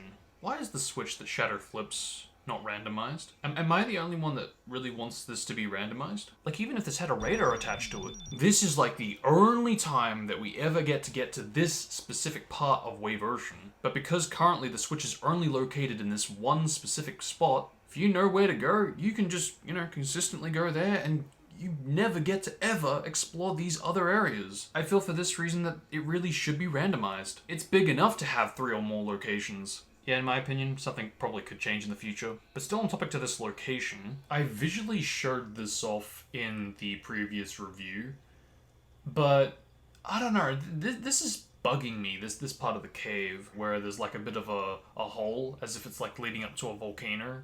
Like, what is it? I just can't put my finger on what... Was it just for being like a fancy visual? I don't know, I just can't put my finger on it. Let me know in the comments if you guys have any ideas on this one. Aside from that, in the original, these sets of enemies, for some weird reason, would just automatically die when they would spawn, so yeah, it's nice to be able to actually battle the enemies that we were meant to. Can I also just say that this pole in Wii version so far hasn't been used at all, and it's kind of bugging me. I'm just thinking, what if we, instead of removing this spring, rotated the spring so it points you to the pole, and launching from the pole, you would go to where the spring would normally take you. I know it's minor. It's just bugging me that it's never used. It's not used in Sonic's take, it's not used in the Tails take, it's not used in Blaze's take, it sure as hell isn't used in Rouge's take, and honestly, this is like the only time I could actually see it being used. I mean, if it's a bit too far distance to cover from the pole to that platform, could there perhaps be like even a boostring to have the pole launch into the boostring to then place you on the platform? I don't know, man. I'm just trying to think of a way for it to be used. It deserves some justice, man, just like this pole did. Finally, let's talk about the elephant in the room. I've been writing this off since Sonic White Acropolis, so yeah, let's talk about the moon inconsistency. So, where to start? This was done because it's an attempt to fit in with the canon, since 06 is considered canon. And regardless if you look at 06 as a reboot to the franchise or not, at the time of this video, 06 is considered canon, for better or worse. Now, I am on board with an attempt to make 06 canon, or to make it more cohesive with the canon timeline, but I think the thing that bugs me is that in this same game, in gameplay, and in pre-rendered cutscene form, we see the moon, and it is a full moon. Now, if you're looking at this from the perspective that it was a reboot to the franchise, you could probably get away with it there. But looking at this from a more canon perspective, if we take Shadow the Hedgehog into consideration, that is also meant to be considered canon, there too it also has a full moon. Heck, if you take later games into consideration, they all have a full moon. You could chalk this up to being laziness, them just forgetting to include it or implement that little detail. Or if you're like me, you may turn to the logic of Sonic X, where sometime after the events of SA2, the moon did get fixed. So I agree with this concept of trying to visually look more cohesive, but I do feel that for continuity and consistency, not just to the game itself, but also to the canon timeline, based on what we see from Shadow the Hedgehog, again, if we really try to take on board this Sonic X logic, in my honest opinion, based on everything I've seen and know, I do feel that having a moon, a full moon, is the more accurate approach to go with. Now, I get it, because we haven't seen this in game and it was only really shown through Sonic X, it makes it a bit harder to believe and accept this logic. And even if this doesn't change, I'm just trying to imagine what is going to be done, if anything is going to be done, about the pre-rendered cutscene where we do see the moon. The full moon. Again, to me, from what I've seen and know, it just seems there's more factors to why there should be a full moon compared to this, regardless if you're looking at this as a canon or non-canon game. But again, I do get the concept and do agree with the concept. It really is just for consistency at this point.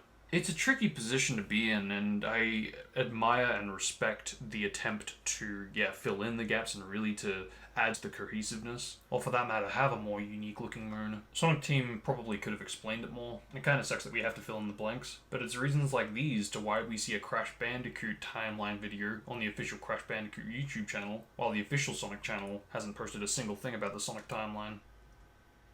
Shadow Dusty Desert. I love that in Section 1, it summons